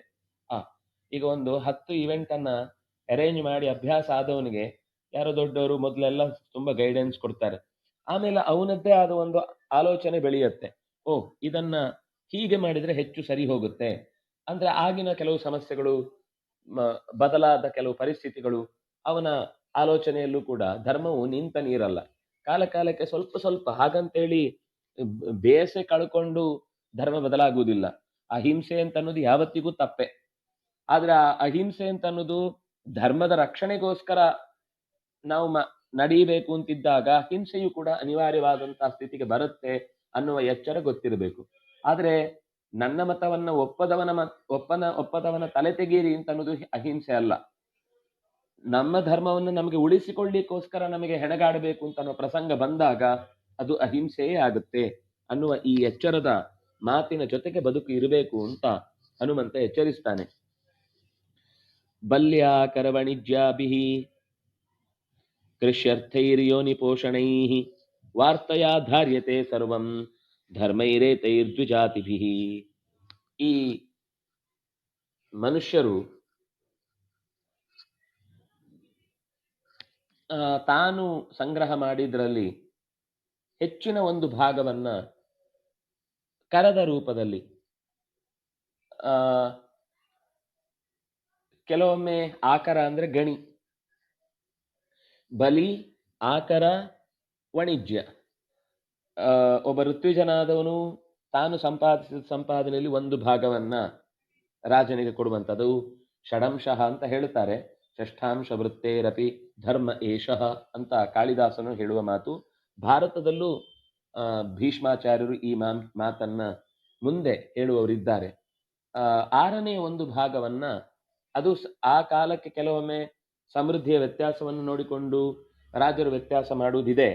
ಆದರೆ ಸಾಧಾರಣವಾದ ರೀತಿಯ ಟ್ಯಾಕ್ಸೇಷನ್ ಅಂತ ಬಂದಾಗ ಗಣಿಯಿಂದ ಸಂಪಾದಿಸಿದಂಥದ್ದನ್ನೆಲ್ಲ ಬೊಕ್ಕಸಕ್ಕೆ ತುಂಬಿಸುವಂಥದ್ದು, ಚೆನ್ನಾಗಿ ಒಬ್ಬ ಋತ್ವಿಜ ಮಾಡಿದ ಸಂಪಾದನೆಯ ಒಂದು ಭಾಗವನ್ನ ರಾಜನಿಗೆ ಕೊಡುವಂಥದ್ದು. ವಾಣಿಜ್ಯ, ಕೃಷಿ ಇತ್ಯಾದಿ ವ್ಯಾಪಾರ, ನಾವು ವಾಳ್ತೆ ಅಂತ ಹೇಳ್ತೇವಲ್ಲ ಅದನ್ನು ವಾರ್ತೆ ಅಂತ ಶಬ್ದವನ್ನು ಬಳಸ್ತಾರೆ. ವಾರ್ತೆಯ ಧಾರ್ಯತೆ ಸರ್ವಂ. ವ್ಯವಹಾರವನ್ನ ಏನೇನೋ ನಡೆಸುವುದಿದೆ ಅದನ್ನು ಬಹಳ ಚೆನ್ನಾಗಿ ಹೇಳ್ತಾನೆ ಹನುಮಂತ. ಅವರವರ ವೃತ್ತಿ ಧರ್ಮ ಏನಿದೆ, ಆ ವೃತ್ತಿ ಧರ್ಮದಿಂದ ಸಂಪಾದಿಸಿದಂತಹ ಸಂಪಾದನೆ ಏನಿದೆ ಅವರ ಹೊಟ್ಟೆಪಾಡು ಆಗಬೇಕು. ವಾರ್ತ ಅಂದ್ರೆ ಹೊಟ್ಟೆಪಾಡು, ಅದು ಅವರ ಹೊಟ್ಟೆಪಾಡು ಆಗಬೇಕು. ಅದರಲ್ಲಿ ಒಂದು ಭಾಗವನ್ನ ರಾಜನ ಬೊಕ್ಕಸಕ್ಕೆ ತುಂಬಿಸುವುದಕ್ಕೂ, ಅದು ಪರಿಸ್ಥಿತಿಯಲ್ಲಿ ಹೇಳುವಾಗ ಅವರು ಹೇಳ್ತಾರೆ, ಯಾರು ಸೇವೆ ಅಂತ ಮಾಡ್ತಿರ್ತಾರೋ ಅವರಿಗೆ ಟ್ಯಾಕ್ಸೇಷನ್ ಇಲ್ಲ, ಸರ್ವಿಸ್ ಕೊಡ್ತಾ ಇರ್ತಾರೆ. ಈ ಸಂಬಳ ತೆಗೆದುಕೊಂಡು ಕೊಡುವುದನ್ನ ಸೇವೆ ಅನ್ನುವ ಶಬ್ದದಿಂದ ಬಳಸಲೇಬಾರದು. ತೀರಾ ಮೋಸದ ಶಬ್ದ. 25 ವರ್ಷಗಳ ಕಾಲ ಸೇವೆಯನ್ನು ಸಲ್ಲಿಸಿದ್ರು, 25 ವರ್ಷ ಕಾಲ ಸಂಪಾದನೆ ಮಾಡಲಿಲ್ವಾ, ಸಂಬಳ ತಗೊಳ್ಳಿಲ್ವಾ, ಅದು ಸೇವೆನೇ ಅಲ್ಲ. ಸೇವೆ ಅಂದ್ರೆ ಯಾವುದು ಅಂದ್ರೆ ಆ ಕೆಲಸ ಮಾಡುವುದರ ಜೊತೆಗೆ ಒಂದಿಷ್ಟು ತನ್ನ ಸಂಪಾದನೆಯ ದುಡ್ಡನ್ನ ಶಾಲೆಗೆ ಮಕ್ಕಳಿಗೋಸ್ಕರ ಹಾಕಿ ಕೆಲವು ಅಧ್ಯಾಪಕರು ಮಾಡ್ತಾರಲ್ವಾ, ಅದು ಸೇವೆ. ಮಕ್ಕಳಿಗೋಸ್ಕರ ತನ್ನ ದುಡ್ಡಿನಲ್ಲಿ ತೋಟದಲ್ಲೊಂದು, ಶಾಲೆಯ ಪರಿಸರದಲ್ಲಿ ಒಂದು ಉದ್ಯಾನ, ಗಿಡಗಳನ್ನು ನೆಡುವುದು, ಅಥವಾ ಅವರಿಗೋಸ್ಕರ ವಿಜ್ಞಾನದ ಯಾವುದೋ ಒಂದು ಆ ಪ್ರಯೋಗ ಶಾಲೆಯನ್ನು ನಿರ್ಮಾಣ ಮಾಡುವುದು, ಅಥವಾ ಅವರನ್ನ ತನ್ನ ದುಡ್ಡಿನಿಂದ ಬೇರೆ ಬೇರೆ ಟ್ರೆಕ್ಕಿಂಗು ಇತ್ಯಾದಿಗಳಿಗೆ ಕರ್ಕೊಂಡು ಹೋಗಿ ಆ ಮೂಲಕ ಪರಿಸರದ ಶಿಕ್ಷಣವನ್ನು ನೀಡುವಂಥದ್ದು, ಇದು ಸೇವೆ ಅಂತ ಅನಿಸುತ್ತೆ. ಹೊಟ್ಟೆಪಾಡಿನ ಜೊತೆಗೆ ಅದಕ್ಕಿಂತ ಹೆಚ್ಚಿನ ಕರ್ಮವನ್ನ ನಡೆಸಿ ನಿಸ್ಪೃಹವಾಗಿ ಯಾವುದೇ ಸಂಪಾದನೆಯ ಮೋರೆಯನ್ನ ನೋಡದೆ ಮಾಡುವಂತಹ ಸರ್ವೀಸಿಗೆ ಸೇವೆ ಅಂತ ಹೇಳುವುದು. ಅಂತಹ ಸೇವೆಯನ್ನ ಮಾಡುವವರಿಗೆ ಸರ್ಕಾರ ಟ್ಯಾಕ್ಸ್ ಹಾಕುವಾಗಿಲ್ಲ ಅಂತ ಆ ಕಾಲದಲ್ಲಿ ಇದ್ದ ವ್ಯವಸ್ಥೆ. ಅಂದ್ರೆ ಇದನ್ನೆಲ್ಲ ನಾವು ಮಹಾಭಾರತ ಓದದೇ ಇದ್ರೆ ನಾವು ಕಳ್ಕೊಳ್ಳೋದು ಏನು ಅಂತ ಓದಿದ್ರೆ ಮಾತ್ರ ಗೊತ್ತಾಗುತ್ತೆ.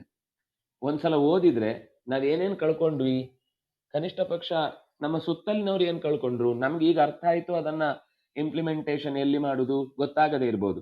ಆದ್ರೆ ಹೀಗೊಂದಿತ್ತು ಅಂತ ಹೆಮ್ಮೆ ಅನ್ನಿಸಿ ಮುಂದೊಂದು ದಿವಸ ನಮಗಂತಹದ್ದೊಂದು ಸಿಚುವೇಶನ್ ಎದುರಾದಾಗ ಇದರ ಬಗ್ಗೆ ಒಂದು ಹೆಮ್ಮೆಯಿಂದ ಅಭಿಪ್ರಾಯವನ್ನು ಹೇಳ್ಕೊಳ್ಬೋದು. ಇಲ್ಲ, ನಮ್ಮ ಪ್ರಾಚೀನರಿಗೆ ಇದರ ಬಗ್ಗೆ ಎಲ್ಲ ಅರಿವಿತ್ತು ಅನ್ನೋದು ನಮಗೆ ಅರ್ಥ ಆಗುತ್ತೆ.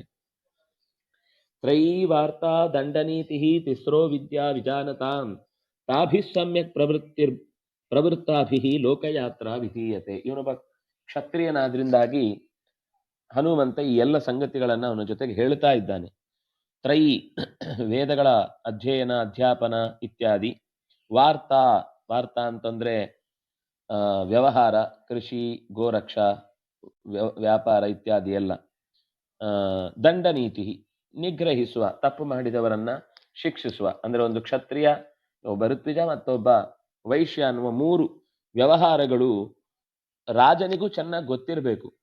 ರಾಜನಿಗೆ ಶಾಸ್ತ್ರದ ಬಗ್ಗೆ ಏನೂ ಗೊತ್ತಿಲ್ಲದೆ ಮಾತಾಡಿದ ಅಂದ್ರೆ ತೀರಾ ಅಸಂಬದ್ಧವಾದ, ಅಂದ್ರೆ ಅವನಿಗೆ ಗೊತ್ತಿರಬೇಕು. ಯಾಕೆ ಅಂದ್ರೆ ರಾಜನಾಗುವನಿಗೆ ಎಲ್ಲ ಕ್ಷೇತ್ರದ ಬಗ್ಗೆ ಗೊತ್ತಿರ್ಬೇಕು. ನನಗೆ ಈ ಸಂಸ್ಥೆ ಅಂದ್ರೆ ಯಾವುದೊಂದು ಗೊತ್ತಿಲ್ಲ, ನನಗೆ ಅದು ಏನ್ ಮಾಡ್ತಾ ಇದೆ ಅಂತ ಗೊತ್ತಿಲ್ಲ ಅಂತ ನಿರಕ್ಷರ ಕುಕ್ಷಿಯಾಗಿ ಬೊಬ್ಬೆ ಹೊಡೆದ್ರೆ ನಾನು ಪ್ರಾಮಾಣಿಕ ಅಂತ ಅನ್ನಿಸಿಕೊಳ್ತಾನೆ ಅಂತ ಹೇಳಲಿಕ್ಕೆ ಬರುವುದಿಲ್ಲ. ಆ ಸ್ಥಾನಕ್ಕೆ ಏರ್ಬೇಕು ಅಂದ್ರೆ ಅಷ್ಟು ಪರಿಶ್ರಮ ಬೇಕು, ಅಷ್ಟು ತಿಳುವಳಿಕೆ ಬೇಕು, ಅಷ್ಟು ಎಚ್ಚರ ಬೇಕು. ಹಾಗಾಗಿ ಇದರ 3 ಬಗ್ಗೆ ಯಾರು ಚೆನ್ನಾಗಿ ತಿಳಿದಿರ್ತಾನೋ ಅದರಿಂದ ತಾಭಿಹಿ ಲೋಕಯಾತ್ರಾ ವಿಧೀಯತೆ. ಇದು ಬಹಳ ಚೆನ್ನಾಗಿದೆ. ತಾಭಿಹಿ ಸಮ್ಯಕ್ ಪ್ರವೃತ್ತಾಭಿಹಿ, ಎಷ್ಟು ಚೆನ್ನಾಗಿ ಹೇಳ್ತಾರೆ ಅಂದ್ರೆ ಇದು ಅರ್ಥ ಆಗೋದು ಸ್ವಲ್ಪ ಕಷ್ಟ ನಮ್ಗೆ. ಅವರವರ ವೃತ್ತಿಯನ್ನ ಬಿಡಬಾರದು. ನಾನು ಓದಿದ ಇಂಜಿನಿಯರಿಂಗು ಎಲ್ಲ ಮಾಡಿರ್ತೇನೆ, ಆದ್ರೆ ಕೊನೆಗೆ ಓದಿದ ಇಂಜಿನಿಯರಿಂಗ್ ಅಂದ್ರೆ ಇವತ್ತು ಅದು ಒಂದು ಸಮಸ್ಯೆ. ಈ ಉದಾಹರಣೆ ಕೊಡೋದು ಕಷ್ಟವೇ. ಯಾಕಂದ್ರೆ ಅವ್ರೇನು ಇಷ್ಟಪಟ್ಟು ಓದಿರುವುದಿಲ್ಲ, ಅವರ ಅಪ್ಪ ಅಮ್ಮ ಕಳಿಸಿರ್ತಾರೆ ಅಂತ ಓದಿರ್ತಾರೆ, ಅಥವಾ ಆಗ ಯಾರೋ ಒಬ್ರು ಸಜೆಷನ್ ಕೊಟ್ಟಿರ್ತಾರೆ ಅಂತ ಹೇಳಿ ಹೋಗ್ಬಿಡ್ತಾರೆ. ಅವರ ನಿಜವಾದ ಅಪೇಕ್ಷಿತವಾದ ಮನಸ್ಸಿನಲ್ಲಿರುವ ಭಾವವೇ ಬೇರೆ ಇರುತ್ತೆ. ಆದ್ರೆ ಒಂದು ಅಪೇಕ್ಷಿತವಾದ ಭಾವ ಅಂತ ನಮ್ಮ ಪರಂಪರಾಗತವಾದಂತಹ ಒಂದು ವಿದ್ಯೆ ನಮಗೆ ಒಲಿದಿರುತ್ತೆ.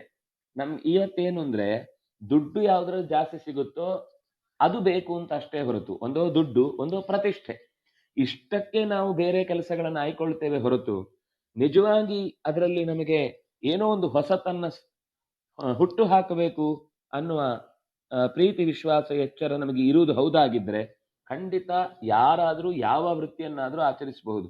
ಆದ್ರೆ ಪ್ರಾಚೀನರಿಗೆ ಒಂದು ಒಳ್ಳೆ ಕಲ್ಪನೆ ಇತ್ತು. ಒಬ್ಬ ಚಿನಿವಾರನ ಮಗ ಚಿನಿವಾರನೇ ಆಗ್ಬೇಕು ಅಂತಲ್ಲ, ಈಗ 10 ಜನ ಮಕ್ಕಳಲ್ಲಿ ಎಲ್ಲರೂ ಚಿನಿವಾರರಾಗ್ತಾರೆ ಅಂತಲ್ಲ, ಬೇರೆ ಅವಕಾಶ ಇತ್ತು. ಆದ್ರೆ ಒಬ್ಬ ಆದ್ರೂ ಆ ತಂದೆಯ ಬಳುವಳಿಯನ್ನ ಯಾವುದೇ ಫೀಸ್ ಇಲ್ಲದೆ ಸುಲಭದಲ್ಲಿ, ನೆತ್ತರಿನ ಗುಣ ಒಂದು, ಜೊತೆಗೆ ಮನೆಯ ಪರಿಸರ ಒಂದು, ಕೊನೆಗೆ ತನ್ನ ಅಪ್ಪನೇ ನೇರವಾಗಿ ಹೇಳಿಕೊಟ್ಟ ಮೂಲಕವೂ ಕೂಡ ಆ ವಿದ್ಯೆ ಸರಾಗವಾಗಿ ಸಲೀಸಾಗಿ ಮುಂದಿನ ಪರಂಪರೆಗೆ ಹರಿದು ಬರುವ ಅವಕಾಶ ಇತ್ತು. ಈಗ ಇರುದೇ ಒಬ್ರಾದ್ರಿಂದಾಗಿ ನಾವು ಪಟ್ಟ ಕಷ್ಟ ಮಕ್ಕಳು ಪಡೋದು ಬೇಡ ಅಂತ ಈ ರೀತಿಯೆಲ್ಲ ಏನೇನೋ ಭಾವನೆಯಿಂದಾಗಿ ಆ ಇಡೀ ಒಂದು ಪರಂಪರೆಯೇ ನಶಿಸಿ ಹೋಗ್ತಾ ಇದೆ. ಯಾಂತ್ರಿಕವಾದ ಪ್ರಪಂಚದಲ್ಲಿ ಮನುಷ್ಯನ ಕೌಶಲಕ್ಕೆ ಬೆಲೆಯೇ ಇಲ್ಲ ಅನ್ನುವ ಸ್ಥಿತಿಗೆ ಬಂದು ನಿಂತಿದೆ. ಆದ್ರೆ ಎಲ್ಲರಿಗೂ ಅವರವರದ್ದೇ ಆದ ಒಂದು ತೃಪ್ತಿ ಸಿಗುವ ದಾರಿಯನ್ನ ಹೇಳಿತ್ತು. ಈಗ ಒಬ್ಬ ಚಿನಿವಾರನಿಗೆ ತಾನು ಏನ್ ಅನ್ಕೊಂಡಿದನೋ ಅದೇ ತರ ಅದು ಬಂತು ಅಂದ್ರೆ ಅದರ ತೃಪ್ತಿಯ ಮುಂದೆ ಅವನಿಗೆ ಕೋಟಿ ರೂಪಾಯಿ ಕೊಟ್ಟರು ಸಂತೋಷ ಆಗಲ್ಲ. ಒಬ್ಬ ಬಟ್ಟೆ ನೇಯುವವನಿಗೆ ನಾನು ಈ ಬಣ್ಣಗಳ ಕಾಂಟ್ರಾಸ್ಟ್ ಅಲ್ಲಿ ಏನೋ ಒಂದು ಮಾಡಬೇಕು ಅಂತ ಅಪೇಕ್ಷೆ ಪಟ್ಟವನಿಗೆ ಅದಕ್ಕೋಸ್ಕರ ಒಂದು ಸಿದ್ಧತೆ ಮಾಡಿ ಆ ರೀತಿ ಅವನು ಅದನ್ನ ಪ್ರಯೋಗ ಮಾಡಿದಾಗ, ಅಂದ್ರೆ ಯಾರು ಆ ವೃತ್ತಿಯಲ್ಲಿ ಆ ಹವ್ಯಾಸದಲ್ಲಿ ತನ್ನನ್ನ ಕ್ರಿಯೇಟಿವ್ ಆಗಿ ತನ್ನನ್ನ ಗುರುತಿಸಿಕೊಳ್ಬೇಕು ಅಂತ ಅಪೇಕ್ಷಿಸ್ತಾನೋ ಅಂಥವನಿಗೆ ಅದೊಂದು ಅವಕಾಶ ಇತ್ತು. ಇವಾಗ ಏನು ಅಂದ್ರೆ ಒಂದ್ಸರ್ತಿ ಒಂದು ಎಂಬ್ರಾಯ್ಡರಿ ತರ ಬಣ್ಣ ಹಾಕಿ ಕೊಟ್ಬಿಟ್ರೆ ಅದನ್ನ ಯಂತ್ರ ಒಂದೇ ತರ 100 ಒಂದೇ ತರ ಮಾಡಿ ಹಾಕುತ್ತೆ. ಆದ್ರೆ ಅದೇ ಒಬ್ಬ ನೇಕಾರ ಕೈಯಲ್ಲಿ ಮಾಡ್ತಾ ಇದ್ದಾನೆ ಅಂತಂದಾಗ ಅದರಲ್ಲಿ ಅವನ ಭಾವನೆ ಇದೆ, ಅದನ್ನು ಉಡುವವನಿಗೆ ಆಗುವ ಸಂತೋಷವೇ ಬೇರೆ.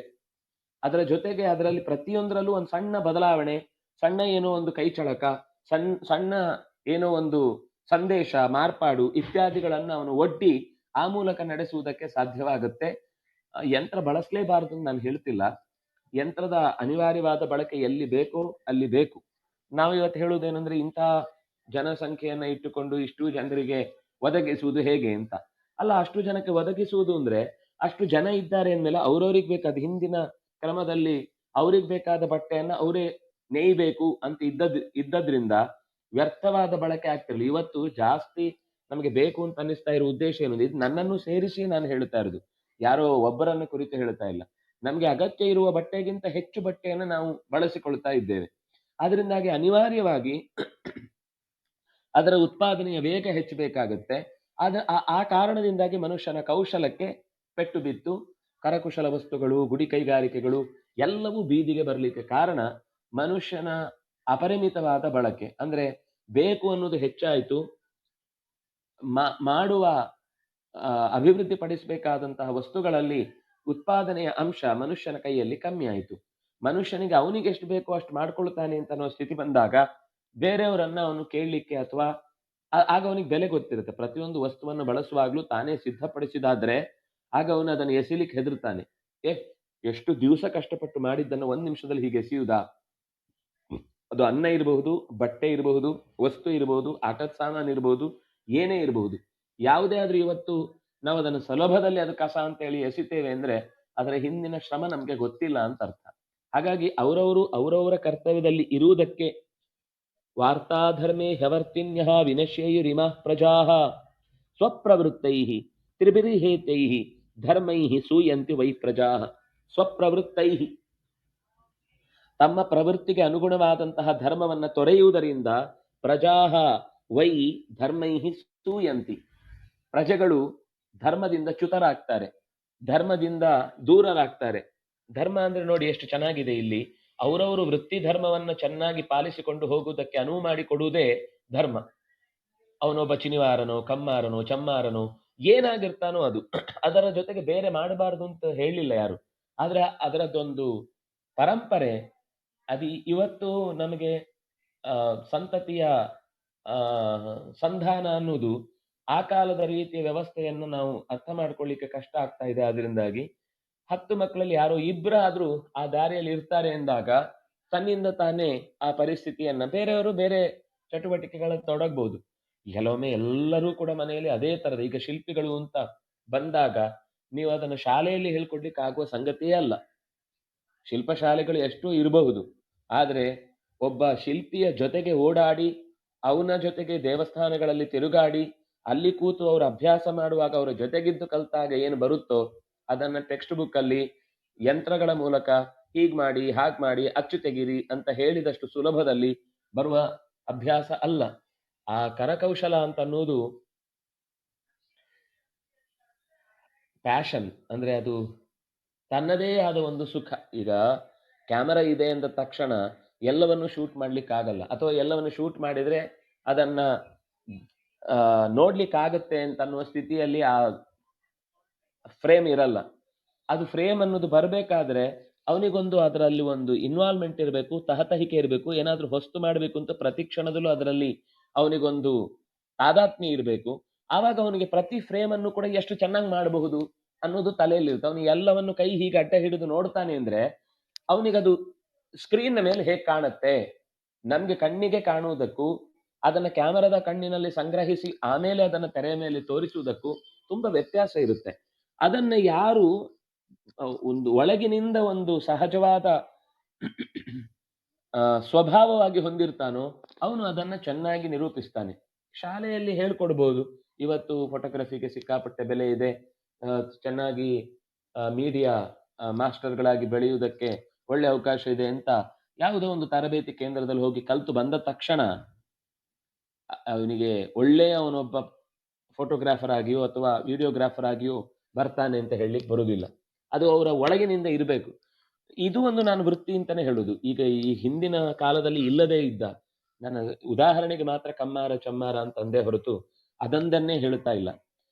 ಸಹಜವಾಗಿ ಯಾವುದೋ ಒಂದು ಪ್ರವೃತ್ತಿ ವಸ್ತು ಅಂತ ಏನು ಇವತ್ತು ನಾವು ಮತ್ತೆ ಮತ್ತೆ ಇವತ್ತಿನ ಕಾಲಕ್ಕೆ ಅನುಗುಣವಾಗಿ ರೂಢಿಸಿಕೊಂಡಿದ್ದೆವು, ಅವರವರ ಆ ಟೆಕ್ನಿಕಲಿ ಅವರ ಪರಂಪರೆಯಿಂದ ಆ ಸಂಗತಿಗಳು ಒದಗಿ ಬಂದ ಸ್ಥಿತಿಯಲ್ಲಿ ಅವರಿಗೆ ಸಿದ್ಧಿಸುವುದಕ್ಕೆ ಇದ್ದ ಅವಕಾಶವನ್ನ ವ್ಯರ್ಥ ಮಾಡಬಾರದು ಅನ್ನುವುದಕ್ಕೋಸ್ಕರ ಸ್ವಪ್ರವೃತ್ತೈಹಿ, ತಮಗೆ ಒದಗಿದಂತಹ ತ್ರಿಭಿಹಿ ಹೇತೈಹಿ, ಅದು ಮನೆವಾಳ್ತೆ ಇರಬಹುದು, ರಾಜ್ಯವಾಳ್ತೆ ಇರಬಹುದು, ಅಧ್ಯಯನ ಇರಬಹುದು, ಅಧ್ಯಾಪನ ಇರಬಹುದು, ಅಥವಾ ಕೃಷಿ ಇರಬಹುದು, ಗೋರಕ್ಷ ವಾಣಿಜ್ಯ ಇತ್ಯಾದಿಗಳು ಏನೇ ಇರಬಹುದು, ವ್ಯಾಪಾರ ಇರಬಹುದು.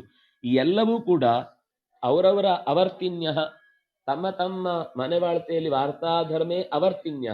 ಯಾರು ತಮ್ಮ ವೃತ್ತಿಯಲ್ಲಿ ತೊಡಗದೆ ವಿರುದ್ಧವಾದ ಯಾವುದೋ ಅಪೇಕ್ಷೆಗೆ ಹೊರಟು ಸಂಪತ್ತು ಬರುತ್ತೆ, ಈಗ ಜನರಲ್ಲಿ ಅದೇ ರೀತಿಯ ವಸ್ತುಗಳ ಅಪೇಕ್ಷೆ ಇದೆ ಅಂತ ಏನನ್ನು ತನ್ನ ಇಚ್ಛೆಗೆ ವಿರುದ್ಧವಾಗಿ ನಡ್ಕೊಂಡ್ರೆ ಅದು ಬಹಳ ಕಾಲ ಬಾಳುವುದಿಲ್ಲ. ಸ್ವಲ್ಪ ದಿವಸ ಆದ್ಮೇಲೆ ಆ ಜನರ ಟೇಸ್ಟ್ ಚೇಂಜ್ ಆಗಿಬಿಡುತ್ತೆ, ಇವನು ಮತ್ತೆ ಬೀದಿಗೆ ಬೀಳುವ ಸ್ಥಿತಿ ಬರುತ್ತೆ.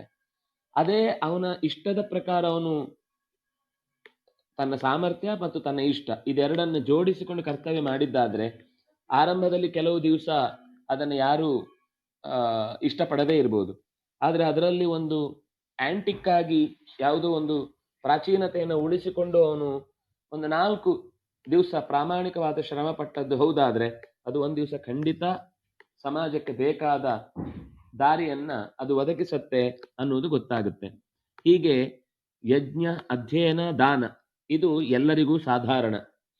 ಯಾಜನ, ಅಧ್ಯಾಪನ ಮತ್ತು ಇದು ಋತ್ವಿಜನಿಗೆ ವಿಶೇಷವಾದದ್ದು. ಯಾಗ ಮಾಡಿಸುವುದು ಮತ್ತು ಅಧ್ಯಾಪನ ಮಾಡಿಸುವುದು ಅಂದ್ರೆ ತಿಳಿ ಹೇಳುವ ಯೋಚನೆ ಬೌದ್ಧಿಕ ಮಟ್ಟದಲ್ಲಿ ಯಾರು ಎತ್ತರದಲ್ಲಿದ್ದಾನೋ ಅವನನ್ನೇ ಕೂಡಿಸ್ಬೇಕು ಹೊರತು ಶಿಕ್ಷಣದ ವ್ಯವಸ್ಥೆಯಲ್ಲಿ ನಾವು ಕಾಂಪ್ರಮೈಸ್ ಆದ್ರೆ ಯಾರು ಬೇಕಾದ್ರೂ ಪಾಠ ಮಾಡ್ಬೋದು ಅಂತ ಮಾಡಿದ್ರೆ ಇದರಿಂದ ಹಾಳಾಗುವುದು ಮುಂದಿನ ಸಮಗ್ರ ಜನಾಂಗ. ಅವನು ಯಾರೇ ಆಗಿರ್ಲಿ ಅವನಿಗೆ ತಿಳುವಳಿಕೆ ಚೆನ್ನಾಗಿರ್ಬೇಕು, ತಿಳಿ ಹೇಳಬೇಕು ಅನ್ನುವ ಅಪೇಕ್ಷೆ ಪ್ರಾಮಾಣಿಕವಾಗಿರ್ಬೇಕು. ನಾನು ಒಂದು ಇನ್ಸ್ಟಿಟ್ಯೂಷನ್ ಮಾಡಿ ದುಡ್ಡು ಮಾಡ್ತೇನೆ ಅಂತ ಅವನು ಒಳ್ಳೆ ಬುದ್ಧಿವಂತನೇ ಆಗಿರ್ಬೋದು, ಆದ್ರೆ ಅವನ ಇಂಟೆನ್ಷನ್, ಇನ್ಸ್ಟಿಟ್ಯೂಷನ್ ನ ಹಿಂದೆ ಇರುವ ಇಂಟೆನ್ಷನ್ ಅದು ಶಿಕ್ಷಣ ಕೊಡುವುದು ನನ್ನ ಕರ್ತವ್ಯ ಅನ್ನುವ ಭಾವ ಇಲ್ಲ ಅಂದ್ರೆ ಅದು ಮತ್ತೆ ಸ್ವವಾರ್ಥ ಅಂತ ಆಗ್ಲಿಲ್ಲ, ಅವನವನದ್ದೇ ವ್ಯಾಪಾರ ಆಯ್ತು ಹೊರತು ಅದು ನಿಜವಾದ ಜನರ ಹಸಿವನ್ನ ನೀಗಿಸುವಂತಹ ಪ್ರವೃತ್ತಿ ಆಗ್ಲಿಲ್ಲ. ವ್ಯಾಪಾರ ಮಾಡುವುದು ತಪ್ಪು ಅಂತ ಹೇಳಲಿಲ್ಲ, ಆದ್ರೆ ಶಿಕ್ಷಣ ಅನ್ನೋದು ವ್ಯಾಪಾರ ಆಗ್ಬಾರ್ದು, ಆಹಾರ ಅನ್ನೋದು ವ್ಯಾಪಾರ ಆಗ್ಬೋದು. ಯಾವ್ದು ಆಗ್ಬಾರ್ದು ಅದೇ ಇವತ್ತು ಪ್ರಧಾನವಾದ ವ್ಯಾಪಾರ ಕೇಂದ್ರಗಳಾಗ್ಬಿಟ್ಟಿವೆ. ಅದು ಎಲ್ಲರಿಗೂ ಹಿಂದಿನ ಕಾಲದಲ್ಲಿ ಶಿಷ್ಯನೇ ಗುರುಗಳಿಗೆ ಏನಾದ್ರೂ ಬಯಸಿದ ದಕ್ಷಿಣೆ ಕೊಡುವುದಿತ್ತು ಬಿಟ್ರೆ ಮೊದಲೇ ಸಂಪಾದನೆ ಮಾಡ್ಲಿಕ್ಕೆ ಯೋಗ್ಯವಾದ ರೀತಿಯ ಫೀಸ್ ಅನ್ನ ಕಟ್ಟಿ ಒಳಗ್ ಬನ್ನಿ ಅಂತ ಅನ್ನುವ ಚಿಂತನೆ ಇರ್ಲಿಲ್ಲ. ಕೆಲವರಿಗೆ ಕೊಡ್ಲಿಕ್ಕೆ ಆಗ್ತಿತ್ತು, ಕೊಡ್ತಿದ್ರು, ಕೊಡ್ಲಿಕ್ಕೆ ಆಗ್ತಿರ್ಲಿಲ್ಲ. ಆಮೇಲೆ ಅವರು ಅದನ್ನ ವಿದ್ಯೆಯನ್ನ ಮುಂದೆ ಹಂಚುವ ಮೂಲಕವೇ ಗುರುಗಳಿಗೆ ದಕ್ಷಿಣೆ ಅಂತ, ದಕ್ಷಿಣ ಜ್ಞಾನ ಸಂದೇಶ ಅಂತ ತಾನು ತಿಳಿದ ಸಂಗತಿಯನ್ನ 10 ವಿದ್ಯಾರ್ಥಿಗಳಿಗೆ ಕೊಟ್ಟ ಅಂದ್ರೆ ಗುರು ಅದನ್ನ ಮೆಚ್ಚುತ್ತಿದ್ದ, ನೀನು ಮಾಡಬೇಕಾದ ಕೆಲಸ ಮಾಡಿದ್ದಿ ಅಂತ. ಅಂದ್ರೆ ಇದು ಹಿಂದಿನಿಂದ ನಡೆದು ಬಂದಂತಹ ದಾರಿ. ನಾವು ಇವತ್ತು ಅದನ್ನು ಅರ್ಥೈಸಿಕೊಳ್ಳುವಲ್ಲಿ ಶಿಕ್ಷಣದ ವಿಷಯದಲ್ಲಿ ಸೋತಿದ್ದೇವೆ. ಹೊಟ್ಟೆಪಾಡು ಅನ್ನುವುದೇ ಶಿಕ್ಷಣ ಆಗಿಬಿಟ್ಟಿದೆ. ಹೊಟ್ಟೆಪಾಡಿಗಿಂತ ಆಚೆ ಮನಸ್ಸಿನ ಸಂತೋಷ, ದೈಹಿಕವಾದಂತಹ ಸಮರ್ಥವಾದ ಬಲವನ್ನು ಹೆಚ್ಚಿಸಿಕೊಳ್ಳುವ ವಿದ್ಯೆ ಅನ್ನೋದು ನಿಜವಾದ ವಿದ್ಯೆ ಇತ್ಯಾದಿಗಳೆಲ್ಲ ಹೋಗಿದೆ. ಒಟ್ಟು ಶುಶ್ರೂಷಾಹಿ ದ್ವಿಜಾತೀನ. ಇನ್ನು ಸರ್ವೀಸು, ಕೆಲವರಿಗೆ ಶಿಕ್ಷಣ ತಲೆಗೆ ಹತ್ತುದಿಲ್ಲ, ಅವರಿಗೆ ಗುರುಗಳ ಸಮೀಪದಲ್ಲಿದ್ದು ಸರ್ವಿಸ್ ಕೊಡುವುದರಿಂದಲೇ ವಿದ್ಯೆ ಸಿಗುತ್ತೆ. ಅದು ಅವರು ಪಾಠದ ಟೆಕ್ಸ್ಟ್ ಬುಕ್ ಇಂದ ಕಲಿಯುವಂಥದ್ದಲ್ಲ. ಟೆಕ್ಸ್ಟ್ ಬುಕ್ ಇಲ್ಲದೇ ಕಲಿಯುವ ಅನೇಕ ಪಾಠಗಳಿವೆ. ನೀವು ಈ ಅನೇಕ ಐತಿಹಾಸಿಕ ಕ್ಷೇತ್ರಗಳಿಗೆಲ್ಲ ಹೋದ್ರೆ ಅಲ್ಲಿ ಸಣ್ಣ ಪುಟ್ಟ ಮಕ್ಕಳೆಲ್ಲ 5-6 ಭಾಷೆಗಳಲ್ಲಿ ಚೆನ್ನಾಗಿ ಆ ಇಡೀ ಇತಿಹಾಸವನ್ನು ಬೋಧಿಸ್ತಾ ಇರ್ತಾರೆ. ಅವ್ರು ಯಾವತ್ತು ಶಾಲೆಗೆ ಹೋಗಿ ಇಂಗ್ಲಿಷ್ ಕಲ್ತವರಲ್ಲ, ಅಥವಾ ಪಾಠದಲ್ಲಿರುವ ಟೆಕ್ಸ್ಟ್ ಬುಕ್ಗಳನ್ನು ಓದಿ ಆ ಇತಿಹಾಸವನ್ನು ಹೇಳುವವರಲ್ಲ. ಆದ್ರೆ ಅವರಲ್ಲಿ ವಿದ್ಯೆ ಇದೆ. ಅದು ಎಲ್ಲಿಂದ ಬಂತು? ಆ ಸರ್ವಿಸ್ ಮಾಡ್ತಾ ಇದ್ದವರ ಜೊತೆಗೆ ಓಡಾಡಿ ಓಡಾಡಿ ಅವರಿಗೊಂದಿಷ್ಟು ಭಾಷೆಯನ್ನು ಕೇಳಿ ಕೇಳಿ ಅಭ್ಯಾಸ. ಶಿಕ್ಷಣ ಅಂದ್ರೆ ಅದು 4 ಗೋಡೆಯ ಮಧ್ಯೆ ಸಿಗುವಂತದ್ದು ಮಾತ್ರ ಅಲ್ಲ, ಅದು ಒಂದು ಮುಖ. ಆದ್ರೆ ಗೋಡೆ ಒಡೆದು ಹೊರಗೆ ಬಂದಾಗ ಒಂದು ಗಾದೆ ಹೇಳ್ತಾ ಇದ್ದಿದ್ದು ನೆನಪಾಗತ್ತೆ. ಓಣಿಯಲ್ಲಿ ಓಡಾಡ್ತಾ ಇದ್ದವರೆಲ್ಲ ಕುಣಿತಾ ಇದ್ರು, ಕೋಣೆಯಲ್ಲಿ ಓದ್ದವರೆಲ್ಲ ಕುಳಿತಾ ಇದ್ರು ಅಂತ. ಇದು ನಮ್ಗೆ ಇವತ್ತು ಸರಿಯಾಗಿ ಹೊಂದುವ ಮಾತಿನ ರೀತಿಯಲ್ಲಿ ನಿಂತಿದೆ. ಹಾಗಾಗಿ ಅಧ್ಯಯನ, ಅಧ್ಯಾಪನ ಇತ್ಯಾದಿಗಳನ್ನೆಲ್ಲ ಆಯಾಯ ವರ್ಗದವರು ಅದನ್ನ ಸರಿಯಾಗಿ, ಅದರಲ್ಲಿ ಮೆರಿಟ್ ಯೋಚನೆ ಮಾಡಿ ಅಷ್ಟೇ, ಯಾರು ಏನು ಅಂತ ಬೇಡ. ಯಾರಿಗೆ ಯಾವ ಕೆಲಸದಲ್ಲಿ ಹೆಚ್ಚು ಸಾಮರ್ಥ್ಯ ಇದೆಯೋ ಅವರಿಗೆ ಆ ಕೆಲಸವನ್ನ ಕೊಟ್ರೆ ಖಂಡಿತ ಸಮಾಜದಲ್ಲಿ ತನ್ನಿಂದ ತಾನೇ ಯಾರಿಗೂ ಅನ್ಯಾಯ ಆಗದಂತೆ ಬದುಕುವುದು ಸಾಧ್ಯ ಇದೆ. ಅವರ ಸಾಮರ್ಥ್ಯವನ್ನು ಹೆಚ್ಚಿಸ್ಲಿಕ್ಕೆ ಬೇಕಾದ್ರೆ ಮತ್ತಷ್ಟು ಶಿಕ್ಷಣ ಕೊಡಿ. ಹಾಗೆ ಅಂತ ಹೇಳಿ ಓದ್ಲಿಕ್ಕೆ ಬಾರದವರನ್ನ